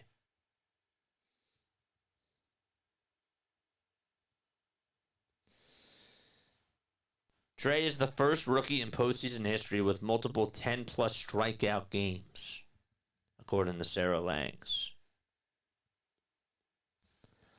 2-2. Here it comes. That misses inside for ball 3. That was a fastball at 97 miles per hour.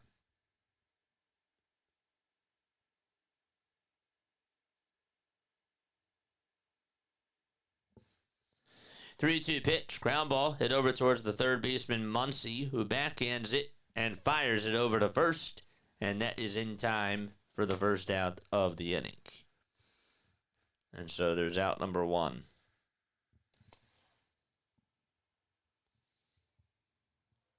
Gabe Smolson, who is a writer for Dodgers Nation, just said that this is Trey Yesavage's 8th MLB game across the regular and the postseason. This 22-year-old kid has 10 strikeouts in 5 innings against the Dodgers. Again, just young. 1 ball, no strikes. And the 1-0 pitch from Blake Snell, swing and a miss. And now the count is 1-1. They have not yet announced the starters for Game 6. Oh, yes, they did. Yoshinobu Yamamoto will pitch for the Dodgers in Game 6. And for the Blue Jays, it'll be Kevin Gausman.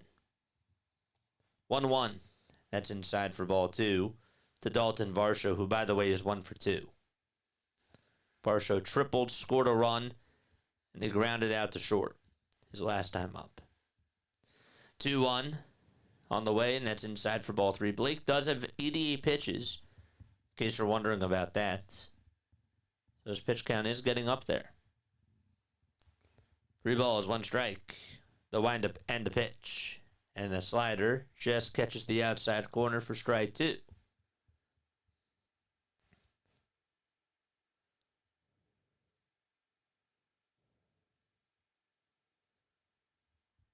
The 3-2 pitch. And there's another fly ball. This one's hit out over towards right field. Medium depth right field, that is. And Teoscar's there. He'll make the catch. And there's 2 gone.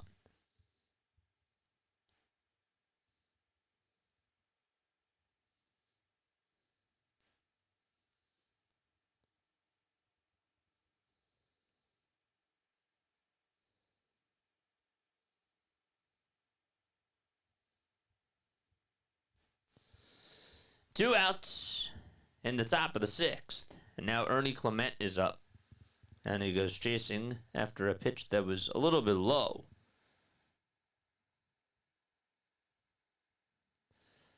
The ball is 1 strike in the 0-1. The ground ball sliding and stopped by Freeman. He gets up and he tags the bag over at first. And the inning is done as we go to the bottom of the 6th inning. It's 3-1 Blue Jays. And Toronto will be back, and so will the Dodgers, of course. Nice play, too, by Freddie. Oh, man.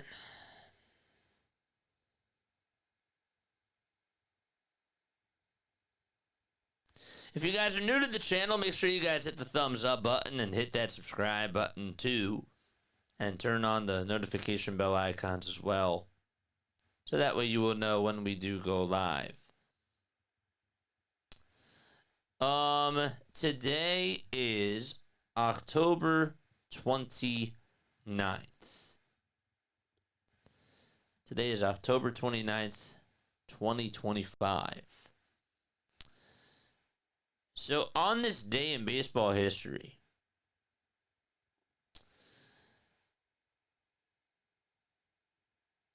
we'll do this.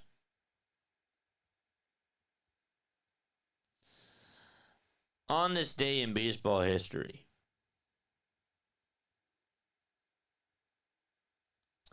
the Phillies get purchases. They purchased the club for just over $30 million, which was the highest price paid to date for a major league club. Buck Showalter, in 1991 on this day, replaced Stump Merrill as the Yankee manager. During his 4-year reign as the Bronx Bombers skipper, the 36-year-old will compile a 313 and 268 record, which is a 539 winning percentage, capturing the American League Manager of the Year award and the AL East title in 1994, and the league's first wild card the following year. Long ball, listen to this. On October 29th, this day, in 1991, Bobby Cox became the first person to be named the Manager of the Year in both leagues when the BBWAA selects him as the National League's top field boss. He was 50. The 50-year-old former third baseman who won the AL honor with the Blue Jays in 1985 led Atlanta to their first pennant after the team finished with the worst record in baseball during the previous season.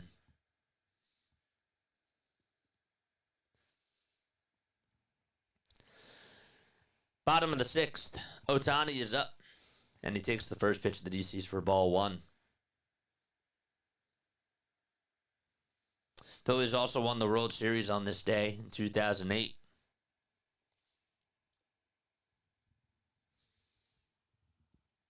One ball, no strikes to Shohei Ohtani. The pitch. And that's in there for strike one.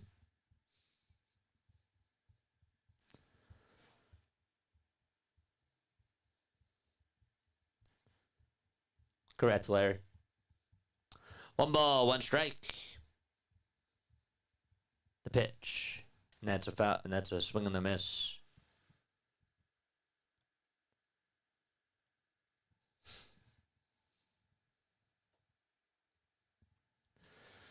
One and two is the count. Bottom of the sixth, and the pitch. Line drive, hit out over the right field, and a diving catch by Addison Barger. His hat came flying off. He left his feet and robs Shohei Ohtani on a base hit.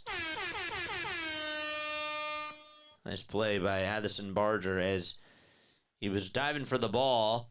His head actually hit the ground as he was still able to catch it, and that's how his hat came off.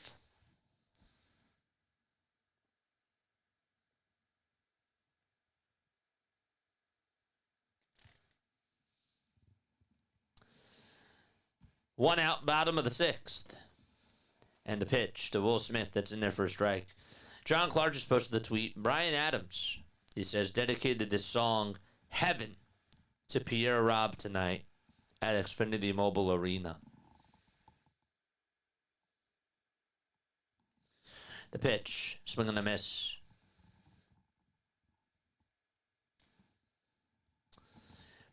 Brian says that he was actually supposed to do an interview with WMMR over Zoom with Pierre, and he never came on because Pierre passed away. Next pitch on the way, swing and a miss, and there is strikeout number 11. And there is out number 2 as well. Trey Yesavage. What an outstanding performance.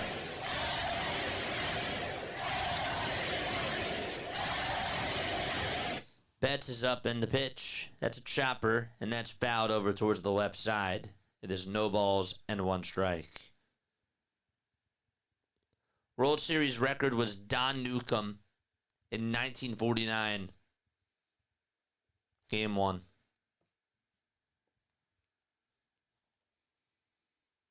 0-1. Swing and a miss. And so now the count is 0-2. So 2 away, bottom of the 6th.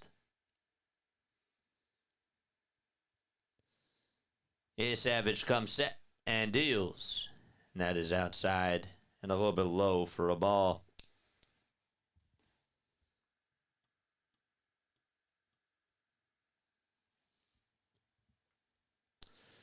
One ball, 2 strikes to Mookie Betts.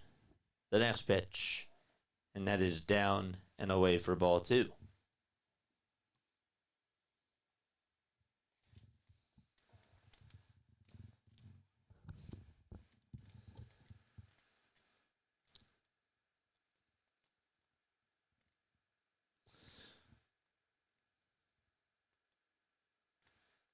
What about a broadcast, Larry? Would you like me to dedicate a call to you? 2 balls, 2 strikes. The 2-2 pitch. Ground ball hit over to third. Clement has it, throws it over to first, and that's in time for out number 3. And we're going to go to the top of the 7th. It is 3-1 Jays. Because I would do that.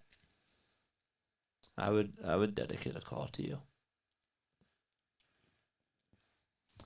Mookie Betts, man, he has really struggled, and we really haven't talked a whole lot about it. But this guy, just in the World Series, has just not found his stroke. Really. So far in the World Series, this man only has 3 hits.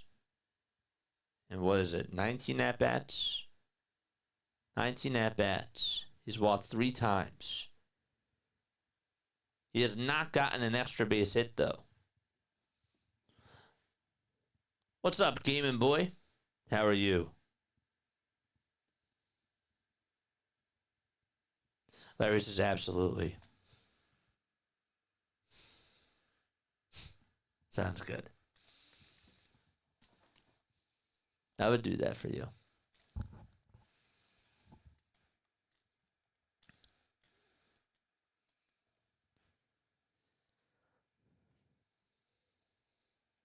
Against the splitter tonight, according to Jeff Passan, the Dodgers have 9 swings and 6 misses. Against the slider, 24 swings, 14 of them have been misses. The Dodgers have whiffed on 22 of 45 swings. That's what yesavage is doing to this Dodgers lineup tonight. They just cannot find a rhythm at all. They cannot find a rhythm at all whatsoever. That's crazy. But that's what the World Series is all about. We're going to the 7th inning of this 3-1 Toronto. Again, in case you're just tuning on in, Davis Schneider hit a solo homer in the top of the first, and then Vladdy Guerrero Jr. went back-to-back. It was a leadoff solo shot by Davis, and then Vladdy made it 2-0. That was his 8th home run of the postseason. And then Ernie Clement hit a sac fly. You also got a solo home run from Kike Hernandez off a tray that was in the bottom of the 3rd.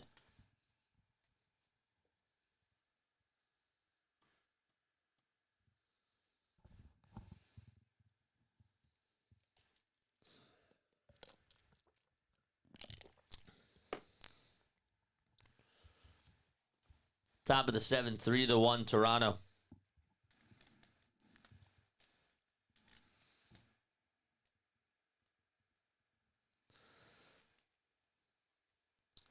The pitch. That's inside for a ball. Anybody know who has the most strikeouts in the World Series? This is not a trivia question. I actually just fully want to know. 1-0 pitch on the way. That is on the outside corner. And taken for a called strike. Henriquez is warming up now in the Dodgers' pen. Blake Snell with 94 pitches tonight. The 1-1 pitch. That misses outside for ball 2. So, 4-seamer, slider. Thrown by Blake Snell. No changeup in this at-bat so far. Barger is 7 for 15 in the World Series. He is singled tonight. He has also walked. And oh, by the way, he did rob Shohei Ohtani on a base hit.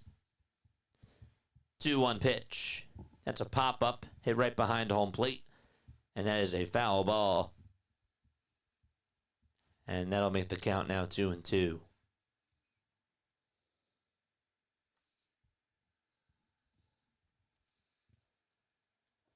Dodgers offense over the last 26 innings. 4 runs. A 165 batting average. And 25 strikeouts. 2-2 pitch, ground ball hit over towards the third base side, and that's going to go all the way out to left field, go past Max Muncy, and the left fielder does play it on a couple of bounces, and Addison Barger gets his 8th hit of the World Series. And he is on now over at first base. 52,175 people in attendance for tonight's game, according to Dodgers Nation. George! That is the 5th sellout of the postseason. The pitch. And that is up high for a ball. NASCAR says Walker Buehler. Walker Buehler is the most strikeouts in a postseason in a World Series game.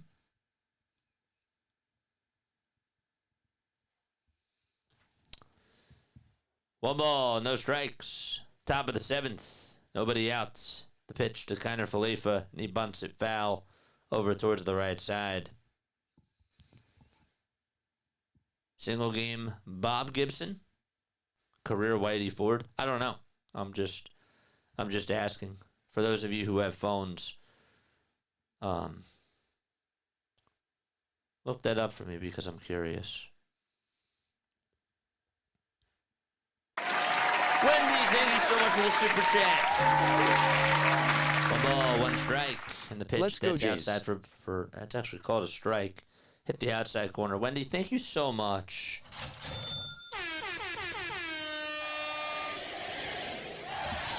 Thank you.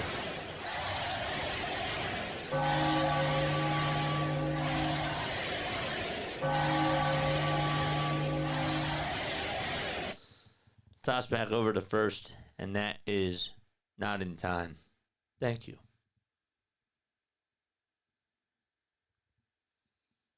That means a lot.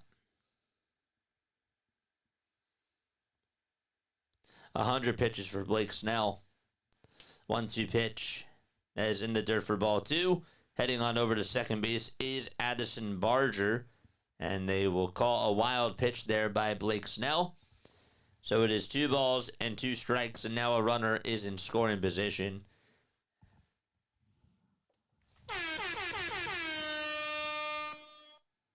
And that hit his chest pad. And I tell you, he's done a very good job at blocking pitches in this series, and that was his first hiccup.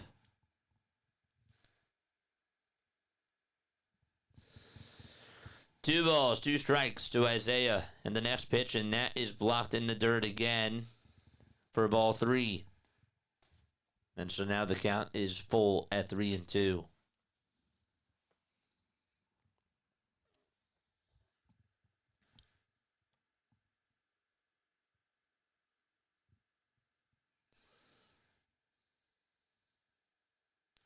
What was the question? Who has the most strikeouts in a World Series game? 3-2 pitch in a single game. The pitch. This one's grounded over towards short. And Betts plays it on the hop. Throws it over to first. And that is in time for out number 1.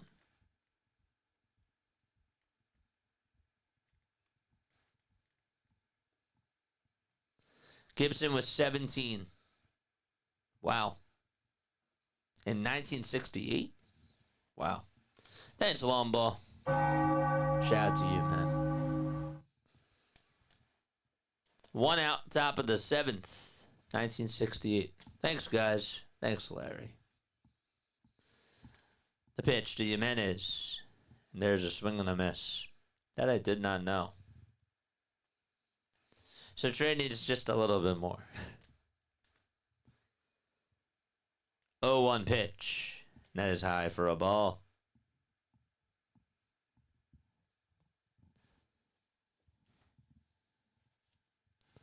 Whitey Ford holds the career record. I Googled it after all. You were right? Nice. Shout out to you. 1 ball, 1 strike. The next pitch, that's a curveball. And that is in the dirt for ball 2. So it's 2 balls, 1 strike. Davis Schneider does wait in the on-deck circle. 106 pitches for Blake Snell. You probably would think that this might be his last batter. 2-1, swing and a miss because Davis is a righty. Gibson's was versus the Tigers. Got you. What's Dave? I don't know what Dave Roberts was doing. McCarver was Gibson's catcher.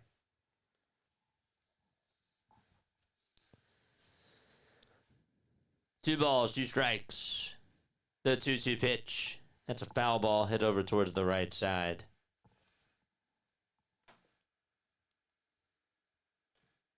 $97 likes.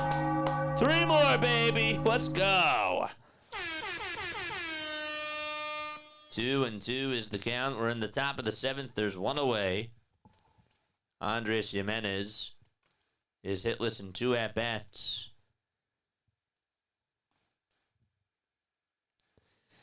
In the hole is Vladdy.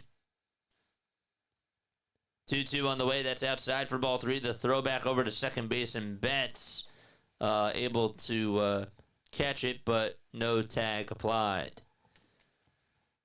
It actually took a bounce right in front of him. Lombo says I could see both of those being broken by Spencer Strider. As long as he stays healthy. As long as he stays healthy. But yeah, I could see it too. 3-2 pitch. That's just up high for ball 4, and Blake Snell is not happy about that. And it looks like Mark Pryor is going to go out there. They're still going to leave Snell in there. Wow.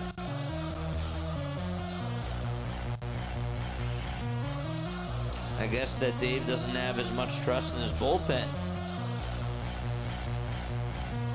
Davis Schneider is coming up. Tell you this, Schneider has gotten on base twice against Blake Snell. Let's go, baby!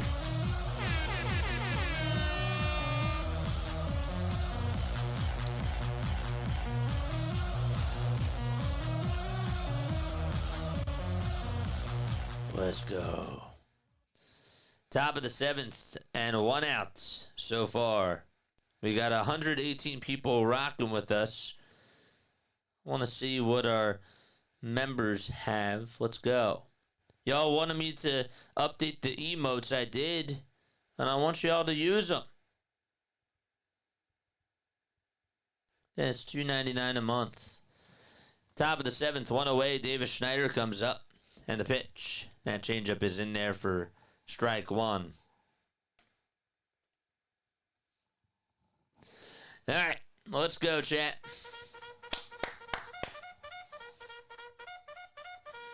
Charge! 0-1 to Davis. Oh, that was the pitch. That was a changeup right down the middle.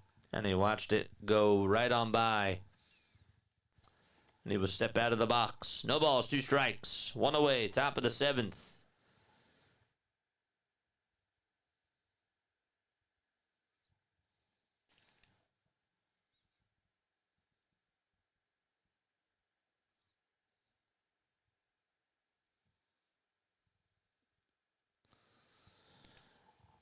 Oh, and 2 is the count to Schneider. On deck is Vladdy. The 0-2 pitch. That is just inside for ball 1. See a replay. Yeah, that was down. It was down and in. Davis homered his first time up. 1 ball, 2 strikes. The 1-2 pitch to Schneider. And that's a breaking ball in the dirt. Will Smith does get over to it. But the runner from second will advance on over to third base. It actually took a bounce in front of Smith. He had to get up. And no throw made over to third. And that'll put runners on at the corners. So it's 2 balls, 2 strikes. Barger does move up from second to third. And a sac fly could help extend the lead for Toronto. 2 balls, 2 strikes, 1 out. Top of the 7th. Snell gets set and deals, and that is in the dirt for ball 3. And again, Will Smith had to try to block that pitch. He's had to make some tough ones tonight. And now the count is 3-2. It was an 0-2 count. And now the count is full. Blake Snell is 115 pitches. 3 balls, 2 strikes. The 3-2 pitch. Here it comes. Swing and a miss. And so Blake Snell goes with the changeup, and Davis Schneider is down on strikes. A much-needed strikeout there, and Vladdy is coming up, and Dave Roberts will actually make his move right now. And with that, we'll take a very quick step off. We'll step aside and be right back.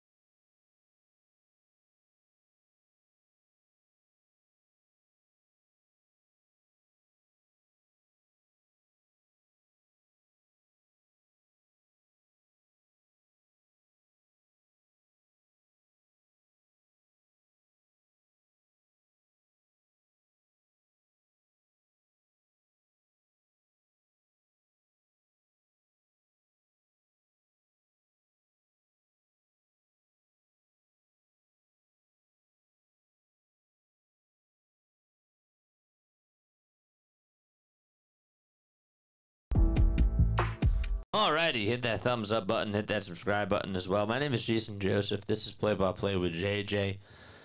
Alright, so Blake Snell is still responsible for the runners at the corners. He has pitched in 6 2/3 tonight.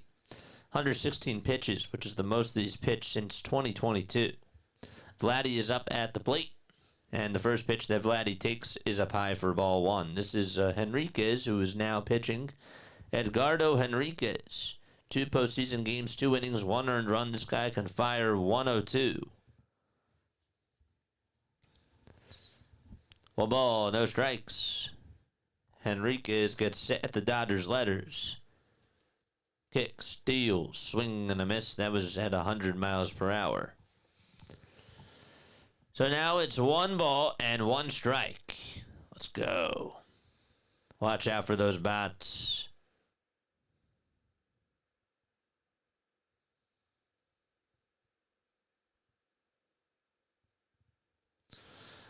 The 1-1, that is high for ball 2.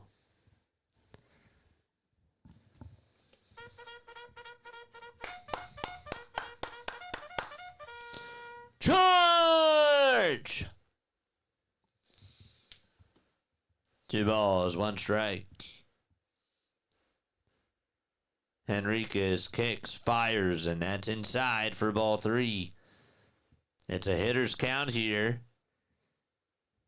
Got to be careful with what you're going to throw him. Andres is at first. Addison's over at third. Guerrero hit a 394 long ball his first time up. 3-1 pitch. Foul ball. He got the green light there. Was able to get a piece of the fastball.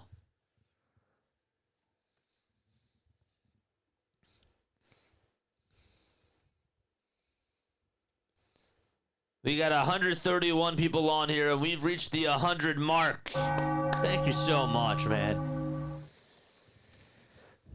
3 balls, 2 strikes. Vladdy does call for time.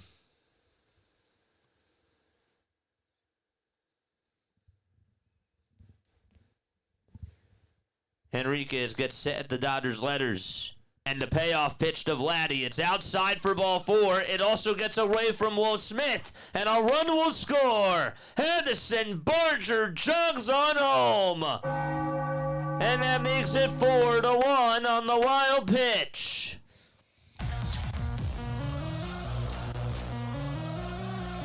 So Vladdy walks. Bo Bichette's coming up. And Barger comes on in.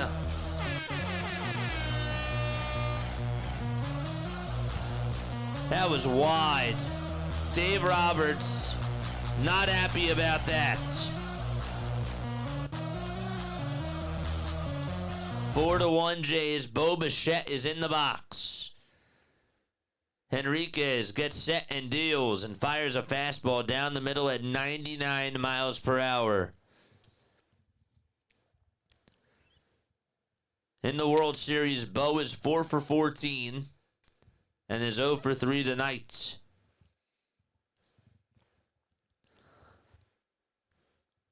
The 0-1 pitch. It's at a 101 again, but it's inside and low for ball 1.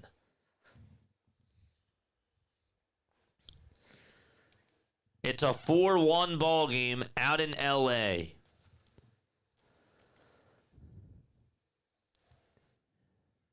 Henriquez gets the signs. Runners at first and second. The next pitch is wide for ball 2.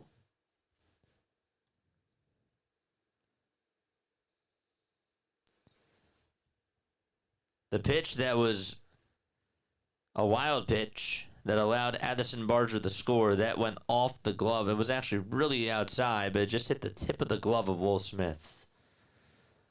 Jimenez at second, Vladdy at first. The 2-1 pitch, that's up high and away for ball 3. And it's now 3 balls and 1 strike.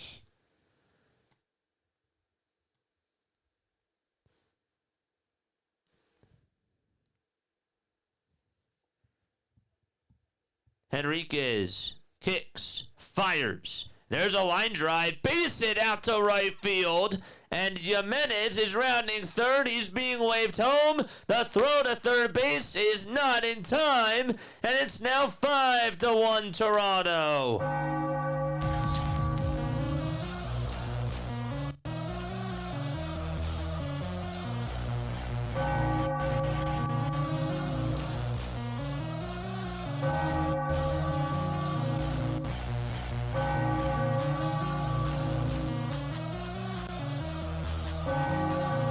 Bo gets RBI number 2, or number 3, I should say, of the World Series.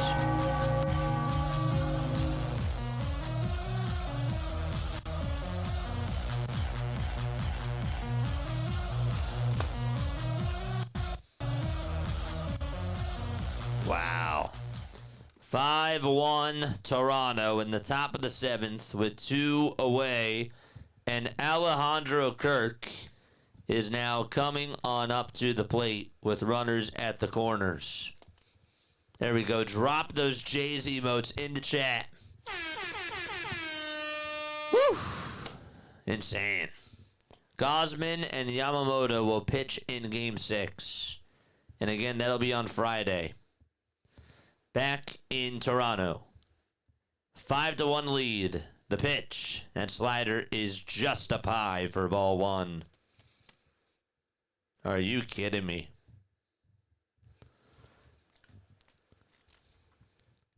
One ball, no strikes. Kirk is in the box. It's now 5-1 Toronto. Henriquez kicks, delivers, and that is in the dirt for ball 2. Ligardo really just cannot find the zone. I mean, he was He was so dominant the other night. The Dodgers put him in during the 14th and 15th innings, and he looked like he was fresh out of a cannon. Tonight, just the exact opposite. 2-0 pitch. That's outside for ball 3. That slider was not even close.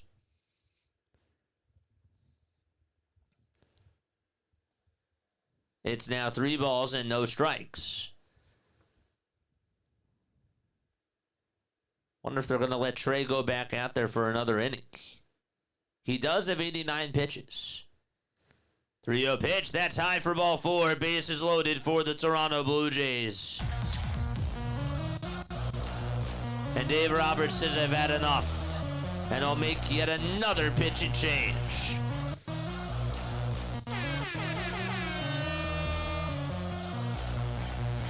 Dalton Varsho is going to be the next man up with the bases loaded once the Blue Jays and the Dodgers come back. Who will come in though for LA? That's the question.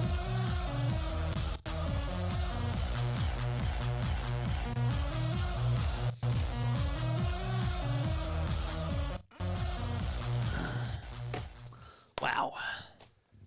Unbelievable. All right, folks, if you are new to the channel, my name is Jason Joseph. This is Play by Play with JJ. Hit the thumbs up button, subscribe to the channel. We go on for Phillies, Sixers, and Eagles games, and we also have been covering the MLB playoffs. But we also have done a lot of other baseball coverage on this channel too, and you guys should definitely go check that out. All right, let's talk about other scores around the sports world. The Dallas Mavericks, if we take a look at the NBA, the Mavericks lead at 71-68 with 2:13 to go in the third quarter. Currently speaking, the Denver Nuggets are up 61-49 against the New Orleans Pelicans. The third quarter is underway there. Trailblazers and Jazz are at the half. Portland leads it by 6. Drew Holiday leading the way for the Portland Trailblazers. The Lakers are down by 5 to the Minnesota Timberwolves, and there's 6:36 left to go in the second quarter. In the first quarter, that is where the game is in Phoenix. The Suns have a 6-point lead against the Memphis Grizzlies. There's 4 minutes and 21 seconds remaining in the first quarter of that game. And then the other games that are done, you got the Rockets winning their second game of the season, 139 points for Houston and 121 for the Toronto Raptors. The Celtics, they won by 20 points against the Cleveland Cavaliers. 125-105 was the final score of that game. The Pistons, they beat the Magic 135-116. The Atlanta Hawks, they won 117-112 against the Brooklyn Nets. And then the Chicago Bulls, who are now 4-0 on the season, they won 126-113. Zach LaVine, for his former team, ended up going against the Bulls, 30 points for him. And Buzelis for Chicago at 27. Dalton Varsho will face Anthony Banda, who has gone 4 1/3 in 6 postseason games and has surrendered 5 earned runs. No balls, 1 strike. And the pitch to Varsho, who's 1 for 3, takes it outside for ball 1. In the National Hockey League, there's only 1 game today, and that was the Blue Jackets, who beat the Toronto Maple Leafs. 6-3 was the final score of that game. The 1-1 pitch, ground ball, hit over towards the second baseman, Edman. He flips it back over to Betts, and the inning is over. It's a 4-6 fielder's choice. However, a 5-1 lead for the Toronto Blue Jays as they add on 2 runs on wild pitches. And so, we go to the bottom of the 7th. It is 5-1 Jays. All right, people want a trivia question. I'll give you a trivia question. I'm going to ask you a trivia question, and if you get it right, you will hear this. If you get it wrong, however, you will hear this. Okay.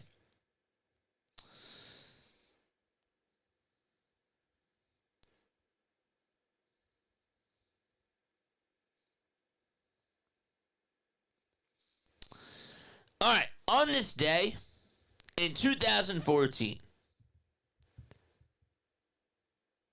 the Giants won Game 7 of the World Series against which team? Which team did they beat?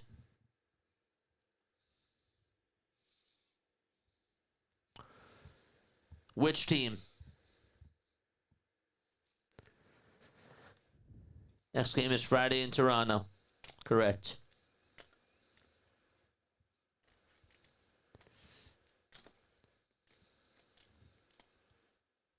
Bum bum bum bum bum bum bum bum bum bum bum bum.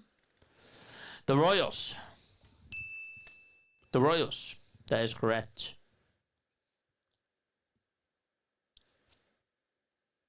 Who won World Series MVP? It was Kansas City.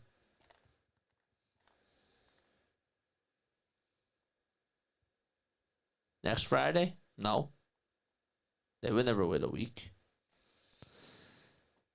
Nope. This Friday. Who won World Series MVP?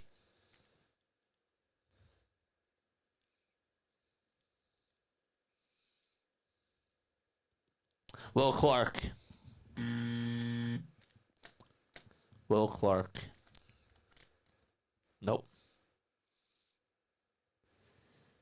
Yes, Trey Savage. Trey Savage. Trey Savage. Yay, Savage.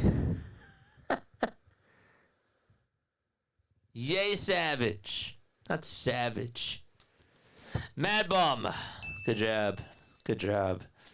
Yes, Madison Bumgarner did win World Series MVP. Pitched the last 5 innings without giving up a run to earn the save. And that helped him win World Series MVP. Bottom of the 7th. Nobody out. Trey Yesavage is back out there on the mound. 6 innings, 11 strikeouts, 2 hits, 1 earned run. Trey Savage. 1 pitch. That's a foul ball. So Freeman is over 1. He got hit by a pitch back in the 4th inning. Tell you what's kind of eye-popping today is the 0-2 to Freeman is high for a ball. Miles Straw's out in left field. Trey is looking for strikeout number 12. We'll see if he can get there. 1-2 on the way. He got it! There it is!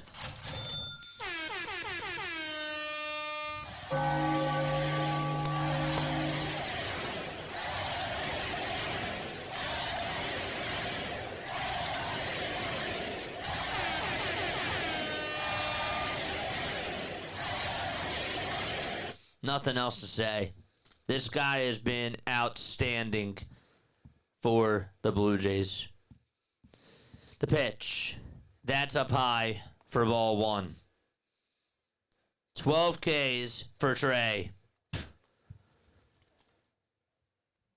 1 ball, no strikes. The 1-0 pitch to Teoscar. That splitter is in the zone for strike 1. He just struck out Freddie Freeman and now has the most strikeouts in a World Series game by a rookie with 12. That's unbelievable. The pitch. That's a foul ball.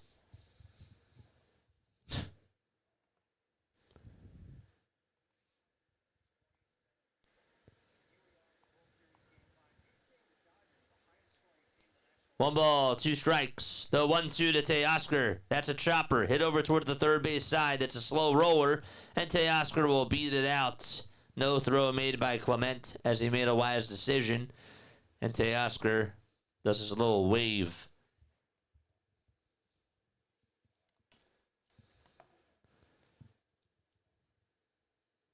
So there's 1 away. And a runner on over at first. That's only the 3rd hit that he is allowed in this ball game. Edman in the box. Looks at the slider that's in the zone for strike one. Isn't it fun watching guys succeed?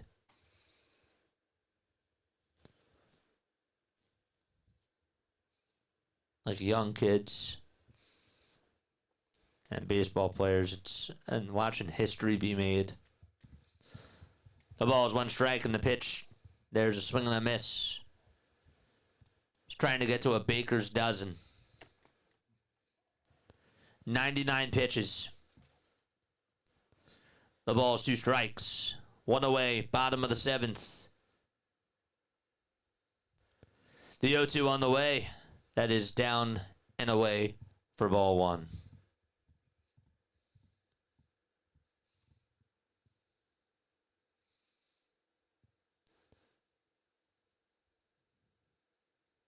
He's outdueling Blake Snell in the World Series at the age of 22. 1-2 pitch. It's in the dirt for ball 2.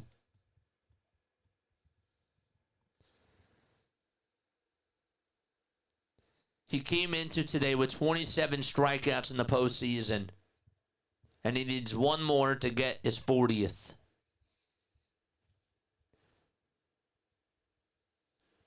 The 2-2 on the way. That's up high and inside for ball 3.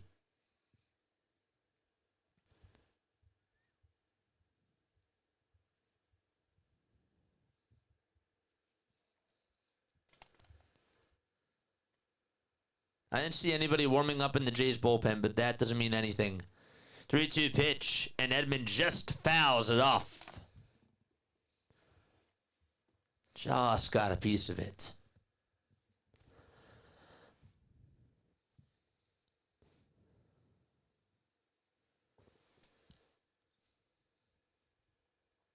Edman's 0 for 2.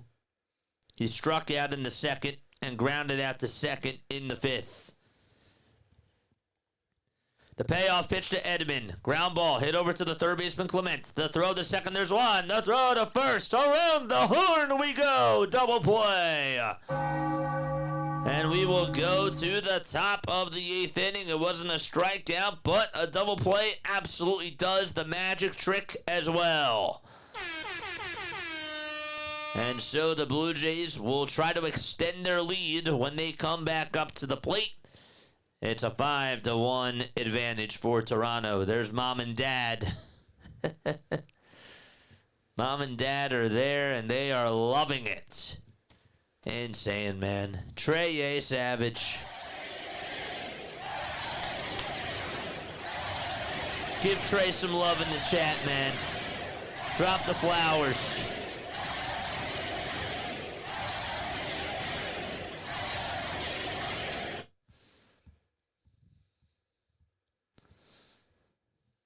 That's unbelievable. Can't deny talent. Nope, you can't.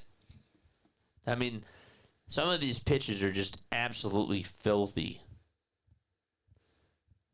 And just seeing how he's able to just locate them. If you're in that batter's box, you're like, yep, it's going to be a tough day hitting off of this guy.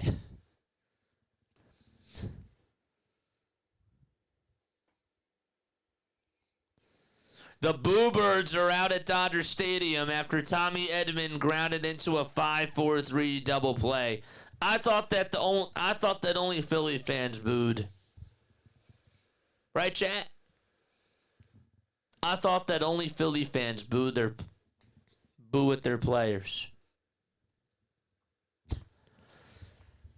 I thought that was the narrative. I thought that only Philly fans booed.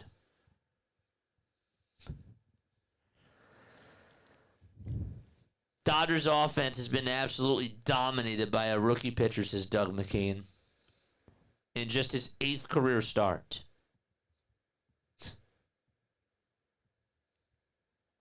I thought that only Philly fans did that. Oh, man. Who is Trey's agent? Let's look that up. Trey Yesavage agent. Is it Not publicly specified, so it's not Boris. Okay.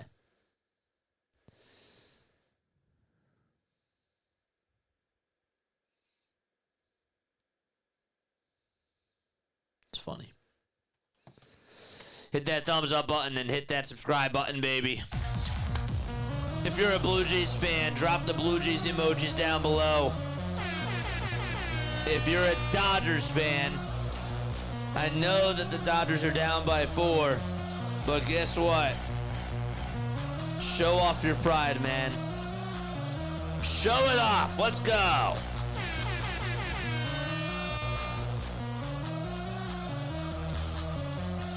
Banda with the very first pitch. That ball is popped up right behind home plate, and it'll be a foul ball.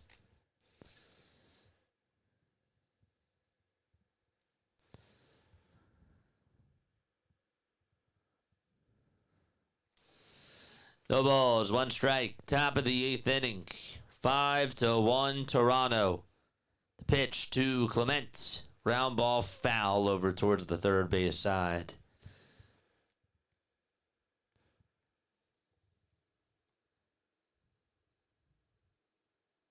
How many pitches did Trey have tonight? 104. And again, 116 for Blake Snell. 0-2 pitch. Foul ball. Hit back over towards the screen. Ernie is 0 for 2. He had a sac fly in the 4th inning. His average is now down to 381 for the postseason. It was close to 450 coming on into the World Series.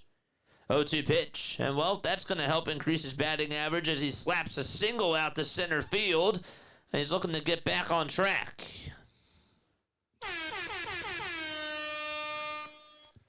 And so he leads off the inning with a single. And Addison Barger is going to be coming on up to the plate.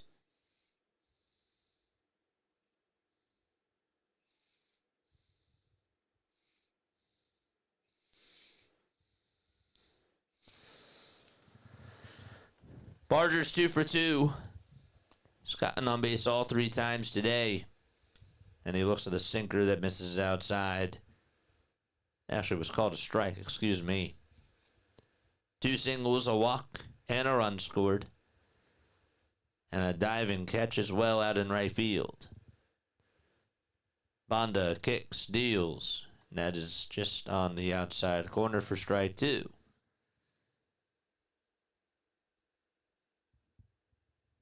Banda is 32 years old. He had a very good regular season, but in the postseason, his ERA is at a 10.38 in 4 1/3. The ball is 2 strikes. The toss back over to first, not in time.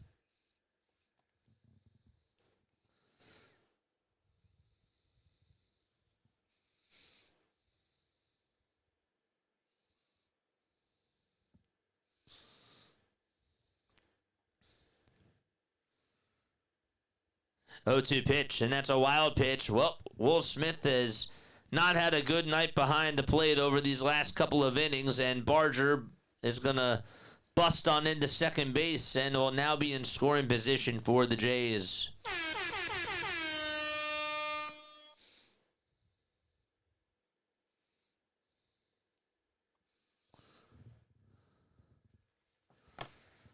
One ball, 2 strikes. Banda gets set at the Dodgers letters, and the 1-2 pitch. There's a chopper hit over towards the second baseman, Edman, and Barger will go over to third, but the easy out will be made over at first base. So, another runner going to be put on over at third base.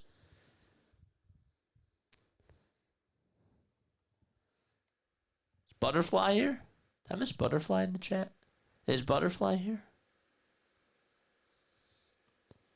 I thought I saw Butterfly. 1 out, top of the 8th inning, and Isaiah Kiner-Falefa is going to punch a single out to left field, and another run scores for Toronto.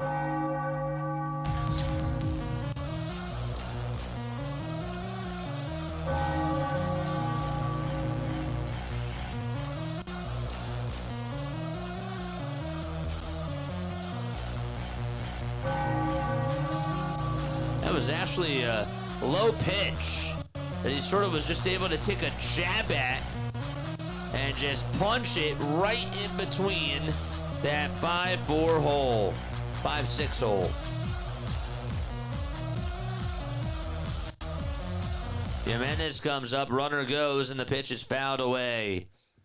And Isaiah has to march back over to first base.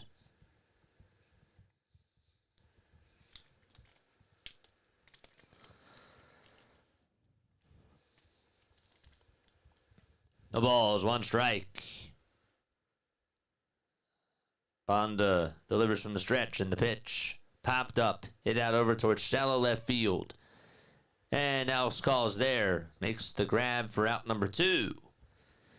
And we flip back to the lineup card for the 4th time today. Miles Straw will get his first at-bat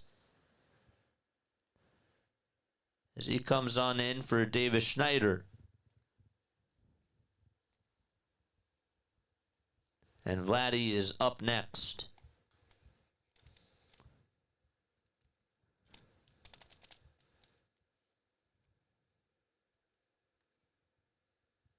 The toss back over to first. That's not in time, JJ. It's 6-1. I know. I can't change the scoreboard, my friend. This is not me manually doing it. Did I say it was 5-1?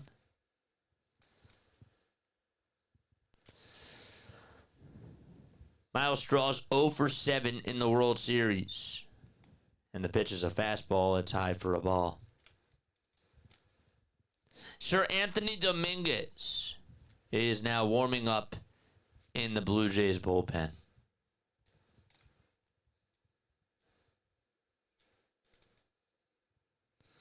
One-0 pitch to Straw.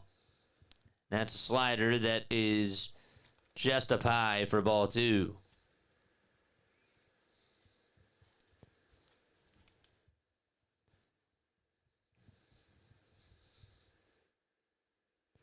Two balls, no strikes. The 2-0 delivery, high and away for ball 3.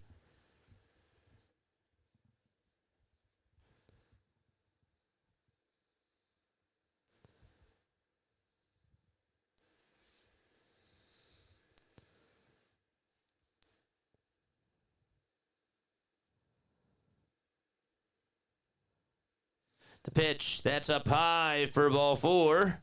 And so that'll put runners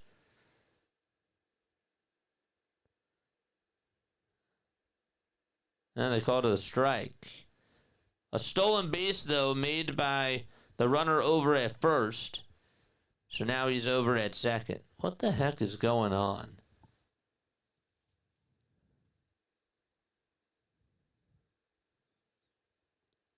Three-one pitch. That's popped up and hit out over towards the right side and out of play. Something must be going on with the ESPN app. Because it is 6-1 Toronto, and there's a runner at second base. With 2 outs. And the count is, by the way, full at 3-2.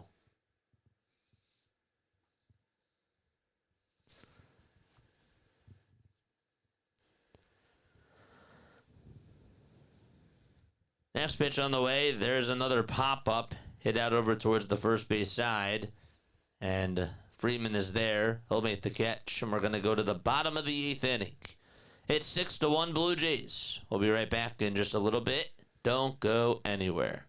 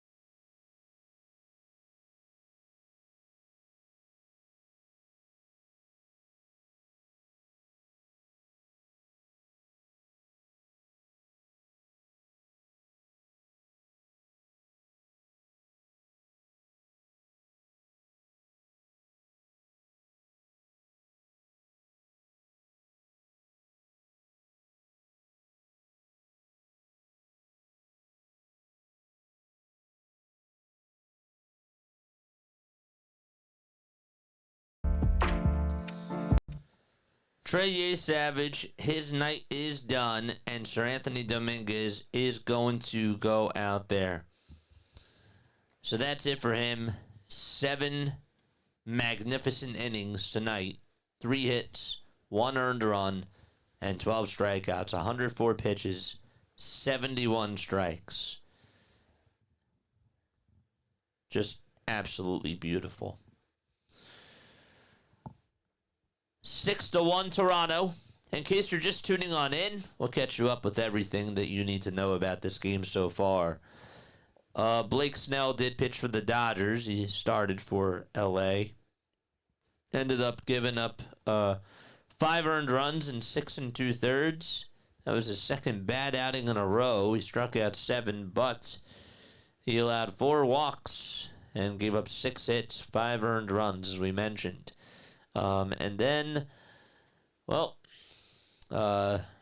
Davis Schneider hit a leadoff home run, and that was followed up by a Vladdy Guerrero Jr. solo shot. And that made it 2-0 Toronto. It set the tone. And then Kike Hernandez hit a solo home run off of Trey in the bottom of the 3rd. Made it a 2-1 game. Toronto then got a run back in the 4th inning, thanks to a sacrifice fly by Ernie Clement. And then in the top of the 7th, Vladdy Guerrero Jr. walked and Barger scored on a wild pitch. And then Bichette had himself an RBI single, made it 5-1, and Isaiah Kiner-Falefa in the 8th inning had himself an RBI single too. The ball is 1 strike to Max Muncy. And here's the 0-1. That is in there for strike 2. Bottom of the 8th, nobody out. The ball is 2 strikes. 0-2 pitch, ground ball towards the right side. Vladdy has it, underhanded throw over to first as Sir Anthony is in time. Man, he had to backhand that, and he had to run over towards his right too, just to be able to make that throw. He did everything he could there. Didn't want to slide, nothing. He got over to his spot in plenty of time, and then tried to sort of slow down his motion. And when you're doing that and you're a little bit off balance, that's not as easy as it looks.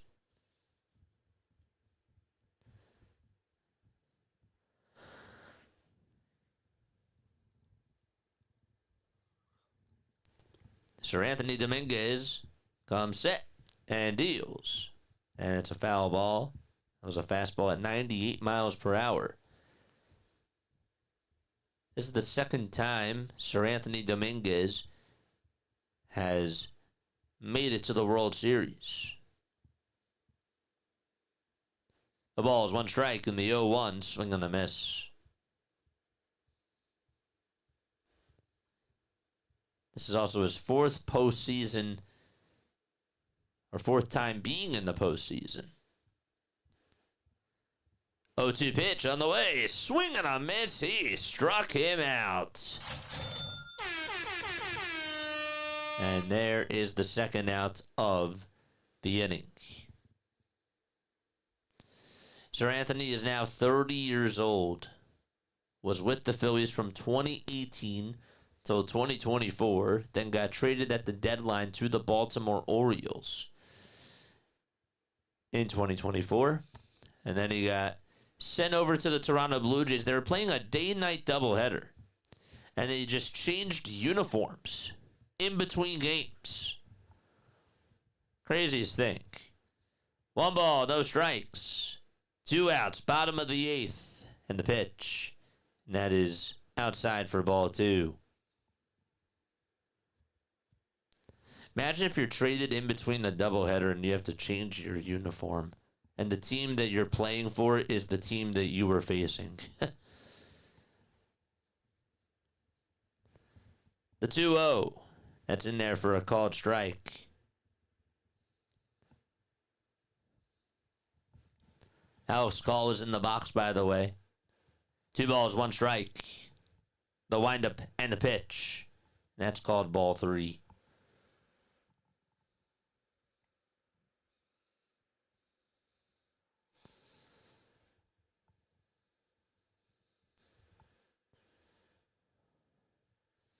Three 3-1 pitch. And there's a called strike 2 at the knees. So now the count is full at 3-2.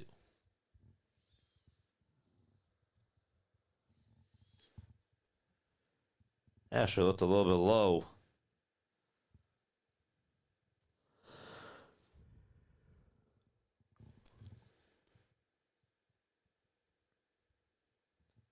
Three balls, 2 strikes to Alex Call.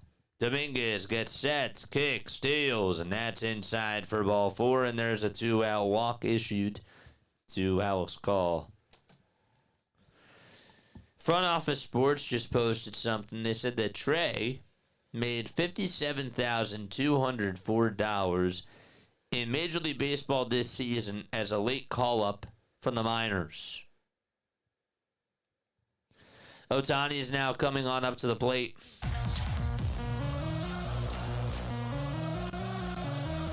And for the first time tonight, the Jays pitching coach is going to go out there to talk with one of his pitchers.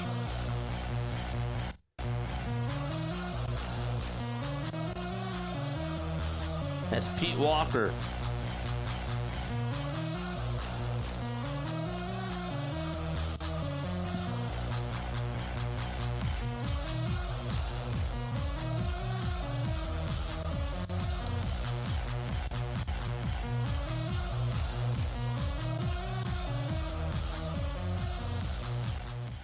Six to 1, bottom of the 8th, 2 away. The pitch to Shohei Ohtani, ground ball hit sharply over to first, and Vladdy dives, and he also tags the bag as well. Vladdy Guerrero Jr. doing everything to stop a bullet from Shohei Ohtani. It was scorched his way, and he was able to squat down, tag the bag, and hit it with his hand for out number 3. And we go to the 9th inning. It's 6 to 1. Jays will step aside and be right back.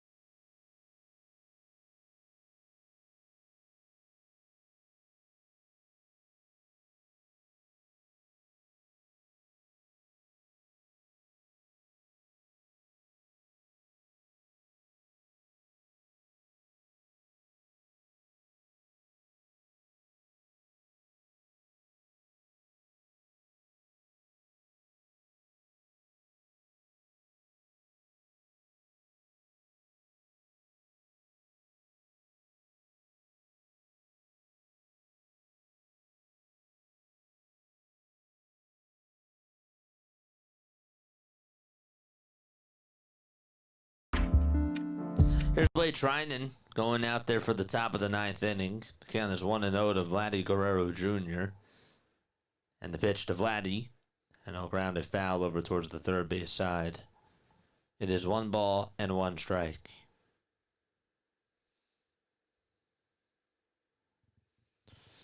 After this, there will be no postgame show tonight. I do have to hop off, and I apologize about that. The 1-1 pitch to Vladdy.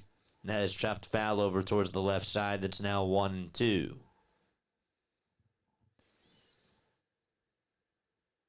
But we will be in the chat.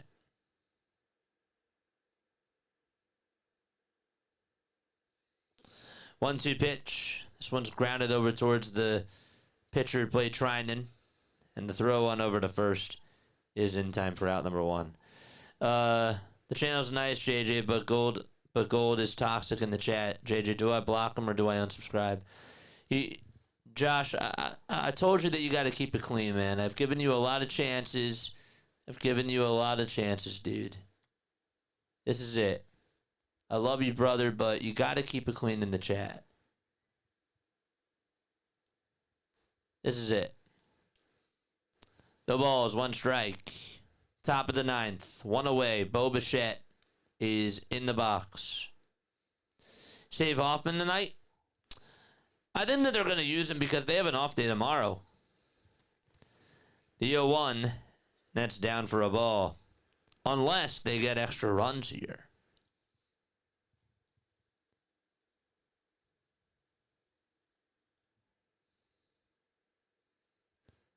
One pitch. There's a swing and a miss.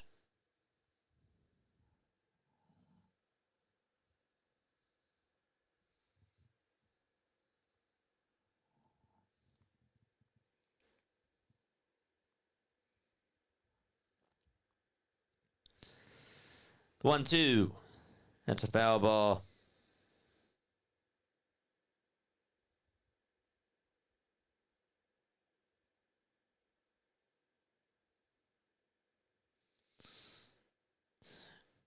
And also, Boomer, what you can do is you can block somebody. You can press on their name, and you could just hide them from your channel, and you won't be able to see their comments. 2 balls, 2 strikes, 1 out, top of the 9th. It is 6-1 Toronto. The pitch, that's a foul ball. That was at 95 miles per hour.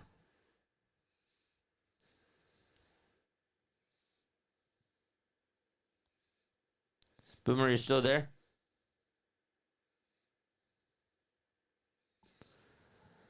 Two balls, 2 strikes to Bichette. The next pitch, this one's chopped over towards the second baseman, Edman. Picks it up, and the throw over to first is in time for the second out of the 9th inning.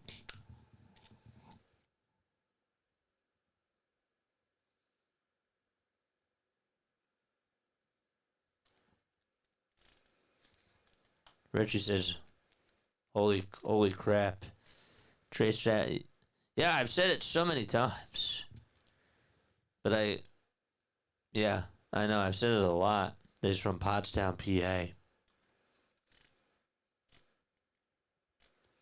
Could he pitch in Game 6? I mean, it's Game 5. So he's definitely not pitching in Game 6. That's for sure. 1 ball, no strikes. The next pitch, and that is a ground ball hit over towards the first baseman, Freeman. I mean, Kirk didn't even run there. And there is out number 3. Thanks for speaking up. All right, we're going to the bottom of the 9th inning.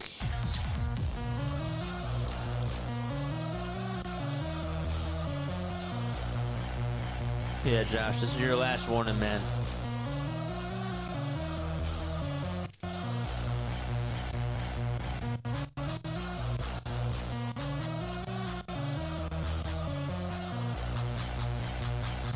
All right, bottom of the 9th coming up. And again, apologize, I can't do a post-game show after this. I gotta hop off.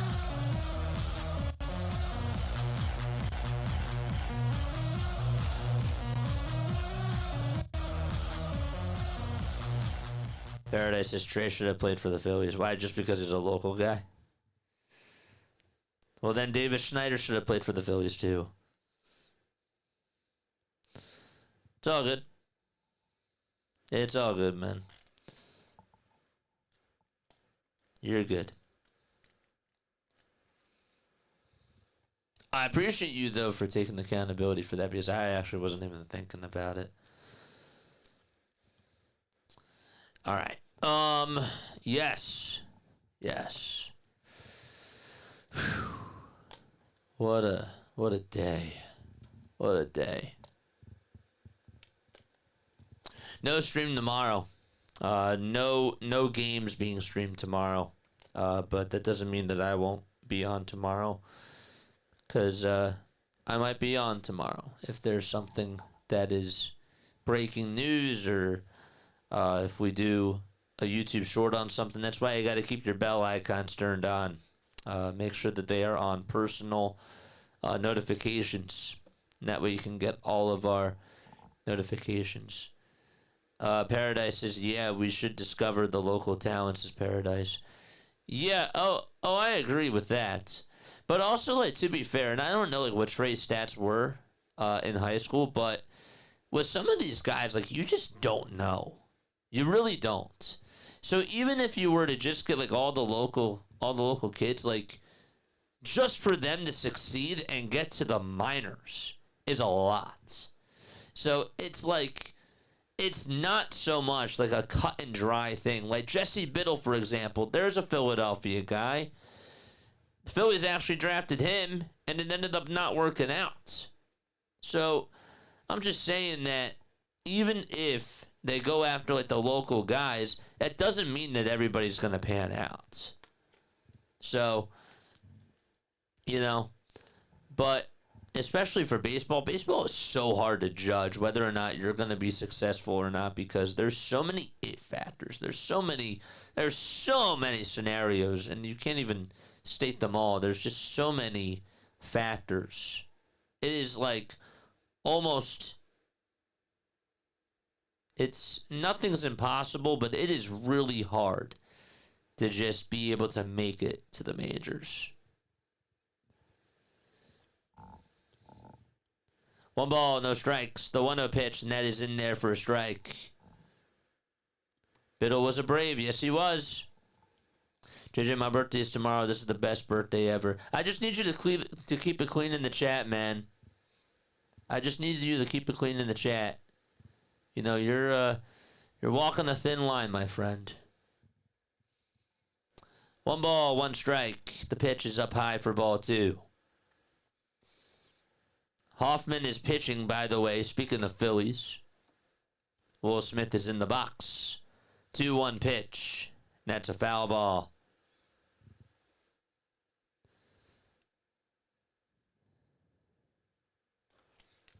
So it's 2 balls and 2 strikes. Will Smith is 0 for 3. The 1 through 4 hitters tonight for the Dodgers, they have not recorded a hit and are 0 for 12. 2 balls, 2 strikes to Will Smith. Hoffman kicks, deals, and that's outside for ball 3. So Jeff Hoffman, who, by the way, is on the mound. I mean, I don't really think that that's news, but regardless, during the regular season at a 4.37 ERA and 84 strikeouts, he was 4th in baseball in saves. 3-2 pitch. There's a line drive, base hit out to left field, and a leadoff single to start off the bottom of the 9th inning. Hoffman in the postseason, though, is a .90 ERA.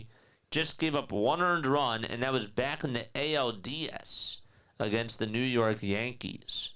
10 innings, 4 hits, 1 earned run, 4 walks, and 14 strikeouts.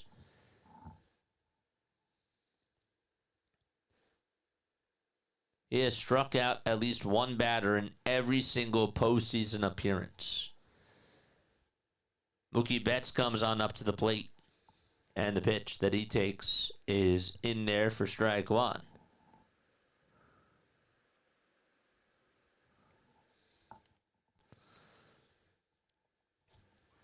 The ball is 1 strike. It does. The 0-1 pitch. That fastball is just off the plate.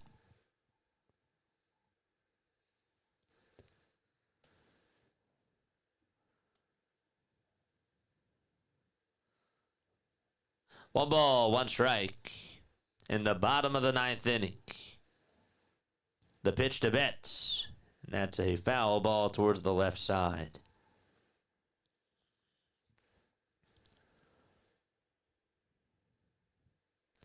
Yoshinobu Yamamoto will pitch in Game 6 for the Dodgers, and so will Kevin Gausman.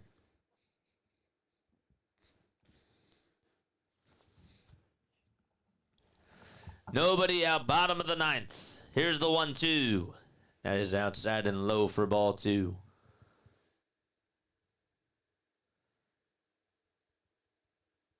It was a 3-year, $33 million deal for Jeff Hoffman that he signed. Thank you for the sub. 2 balls, 2 strikes. The 2-2 pitch to Betts. Foul ball back towards the screen. We got 120 people rocking with us.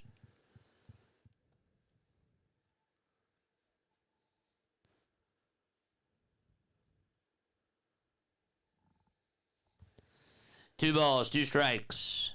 Bottom of the ninth. Nobody out. The pitch to Betts. There's a fly ball. This one's hit out over towards medium depth left field. The catch is made. There's out number 1 here in the bottom of the ninth inning. So 1 out there.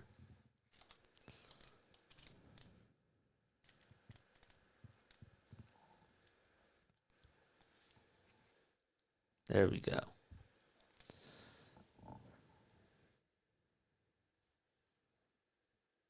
Freddie Freeman is now up at the plate.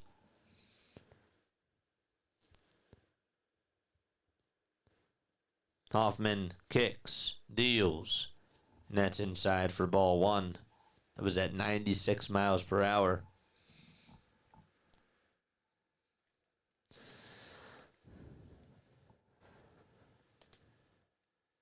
Freddie is 0 for 2. The 1-0. That's outside for ball 2.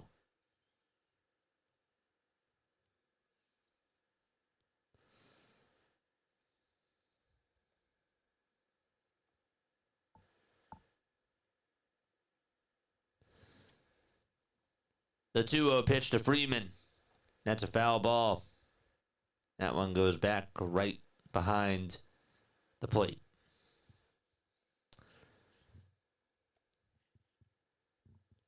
So tomorrow's an off day. Remember, it was 2 games in Toronto. They played the next 3 games out at Dodger Stadium, so now they're going back to Toronto for Game 6 and Game 7 if there is one. 8 o'clock is the start time. 2-1 pitch, and that is swung on and missed for strike 2. Hoffman kicks, delivers, swing and a miss. He struck him out. And there's out number 2 here in the bottom of the ninth.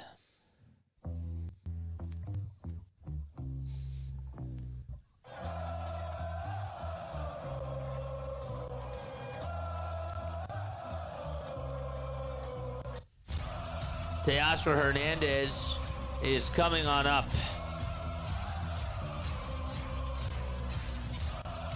Two outs. And the first pitch is a fastball down the middle at 95 miles per hour. It is no balls and 1 strike to Teoscar Hernandez. Hoffman gets the signs. And he delivers from the stretch. And the 0-1 is in there for strike 2. That's a splitter. And Teoscar is down to his final strike.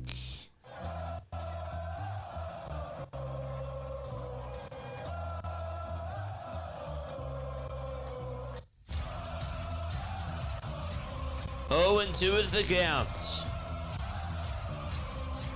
Hoffman ready to throw his 20th pitch of the inning. And the 0-2 is outside and low for ball one.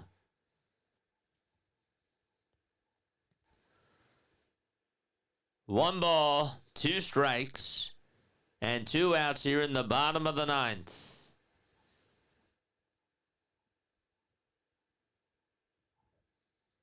The 1-2 pitch in the dirt for ball two.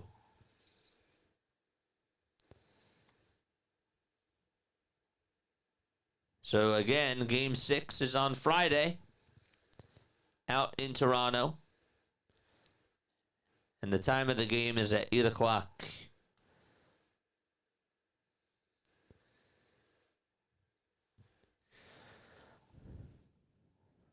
Hoffman gets set below the belt.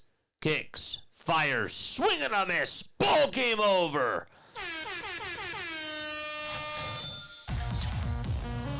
Toronto takes a pivotal Game 5, and the Dodgers, their backs are against the wall.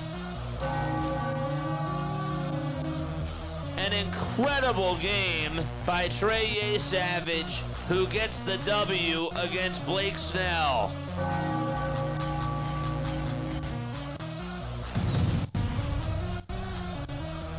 And we will see you on Friday night out in Toronto.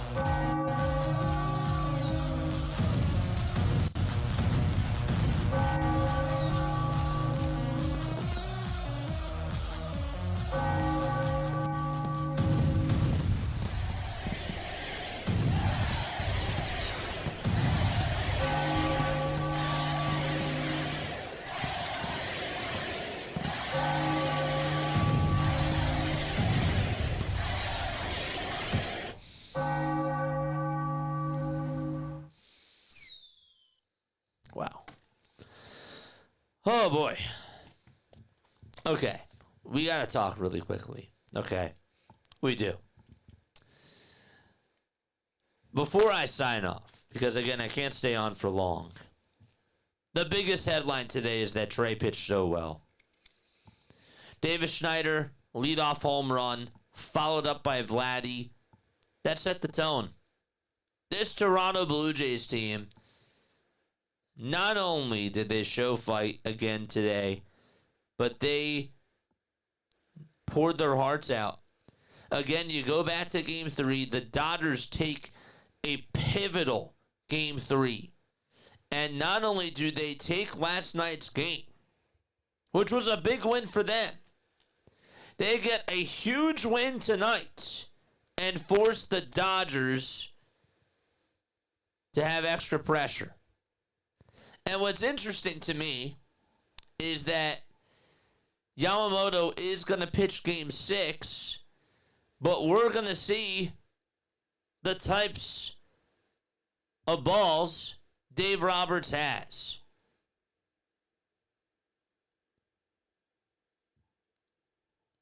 I thought that John Schneider managed a very good game tonight. And I thought that he pressed all the right buttons. He put Davis Schneider in the leadoff spot. This guy, again, this guy was not a high draft pick at all. A 24th round pick. George Springer is their leadoff hitter, guys. He is their heart and soul.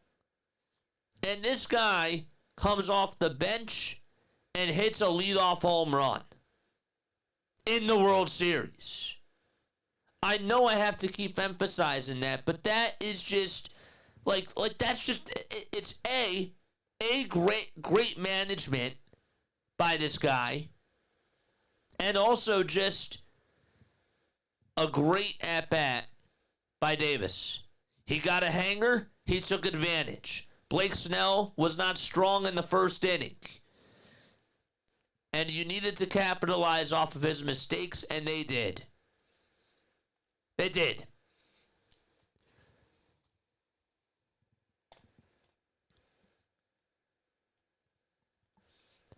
Postseason baseball really is something else.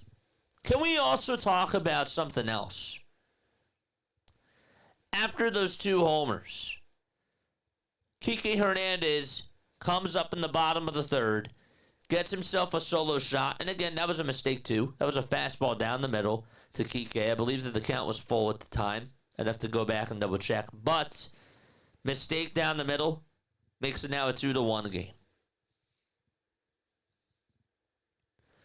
In that 4th inning, though, the Blue Jays get themselves a big hit from Dalton Varsho.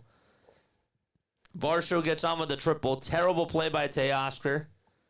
That's the 2nd time that that's happened to him in the playoffs, where he puts all the marbles on the table, tries to go after a ball, dives on after it, the ball gets by.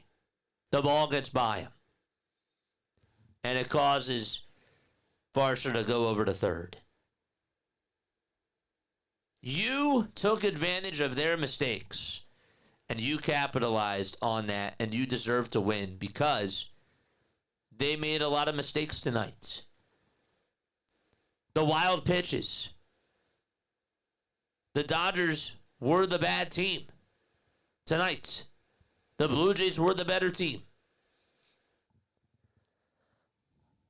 And they deserved it. If you're the Dodgers, though, you got to clean this up. Because, again, they knew that their bullpen was beatable. Now, the good news for them is that Yamamoto is pitching in Game 6. Okay, and this series is not done. They're not done. They can bounce back and win this. Okay, I don't think anybody's saying right now that this is over in 6. Because Yamamoto, the last 2 times he's pitched a complete game. And he has looked really dominant against these Blue Jays. But you're going to need him to be on. And you're going to need your offense to wake up. At one point in this game, this Dodgers offense was 0 for 12. And while Trey pitched a heck of a game and looked like he was in control, the Dodgers just could not find a way to solve this guy. Teoscar is like out there waving or doing his little like wave signature after he gets on with an infield single. You're down by 5. What are you waving for? I don't know.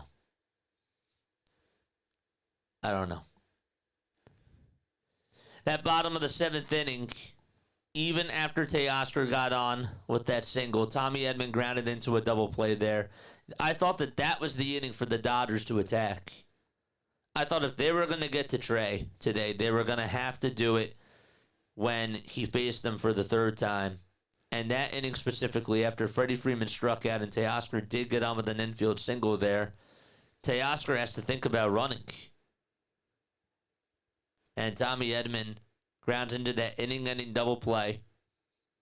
And that sucked the life out of the Dodgers right there. That was just, that was sort of like their last breath, you know?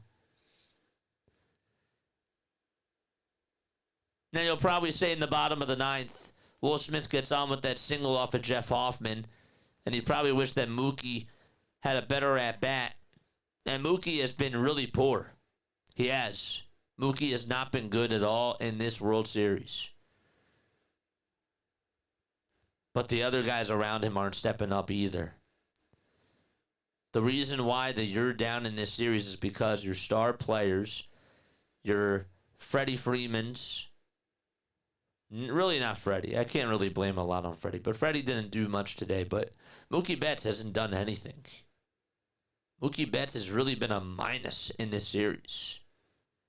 And the Blue Jays have the depth right now. That's why they're up in this series. They have depth, they have athleticism, and they have that next man up mentality. And their bullpen is outperforming yours by a mile. And their starting pitching has been outstanding. Shane Bieber yesterday was filthy.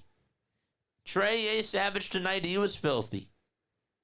They have got to feel good going into Game 6, but they can't get complacent because one mistake lets the Dodgers back into this. And you don't want to give a team like them life. So they got to stay grounded.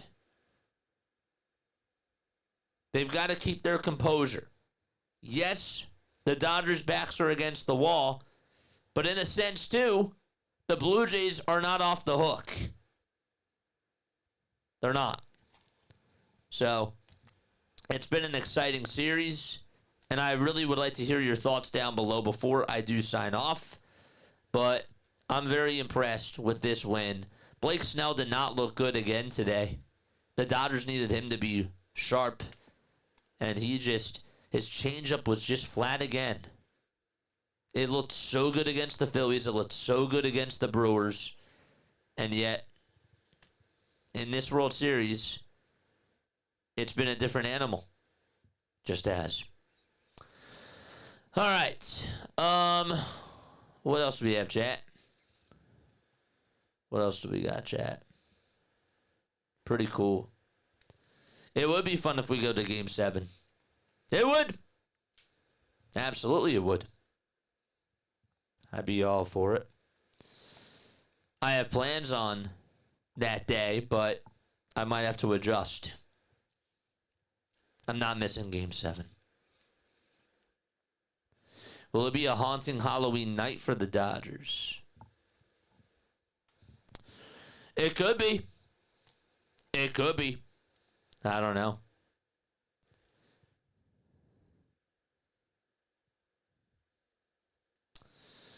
John says, I'm going to rewatch the game, says John.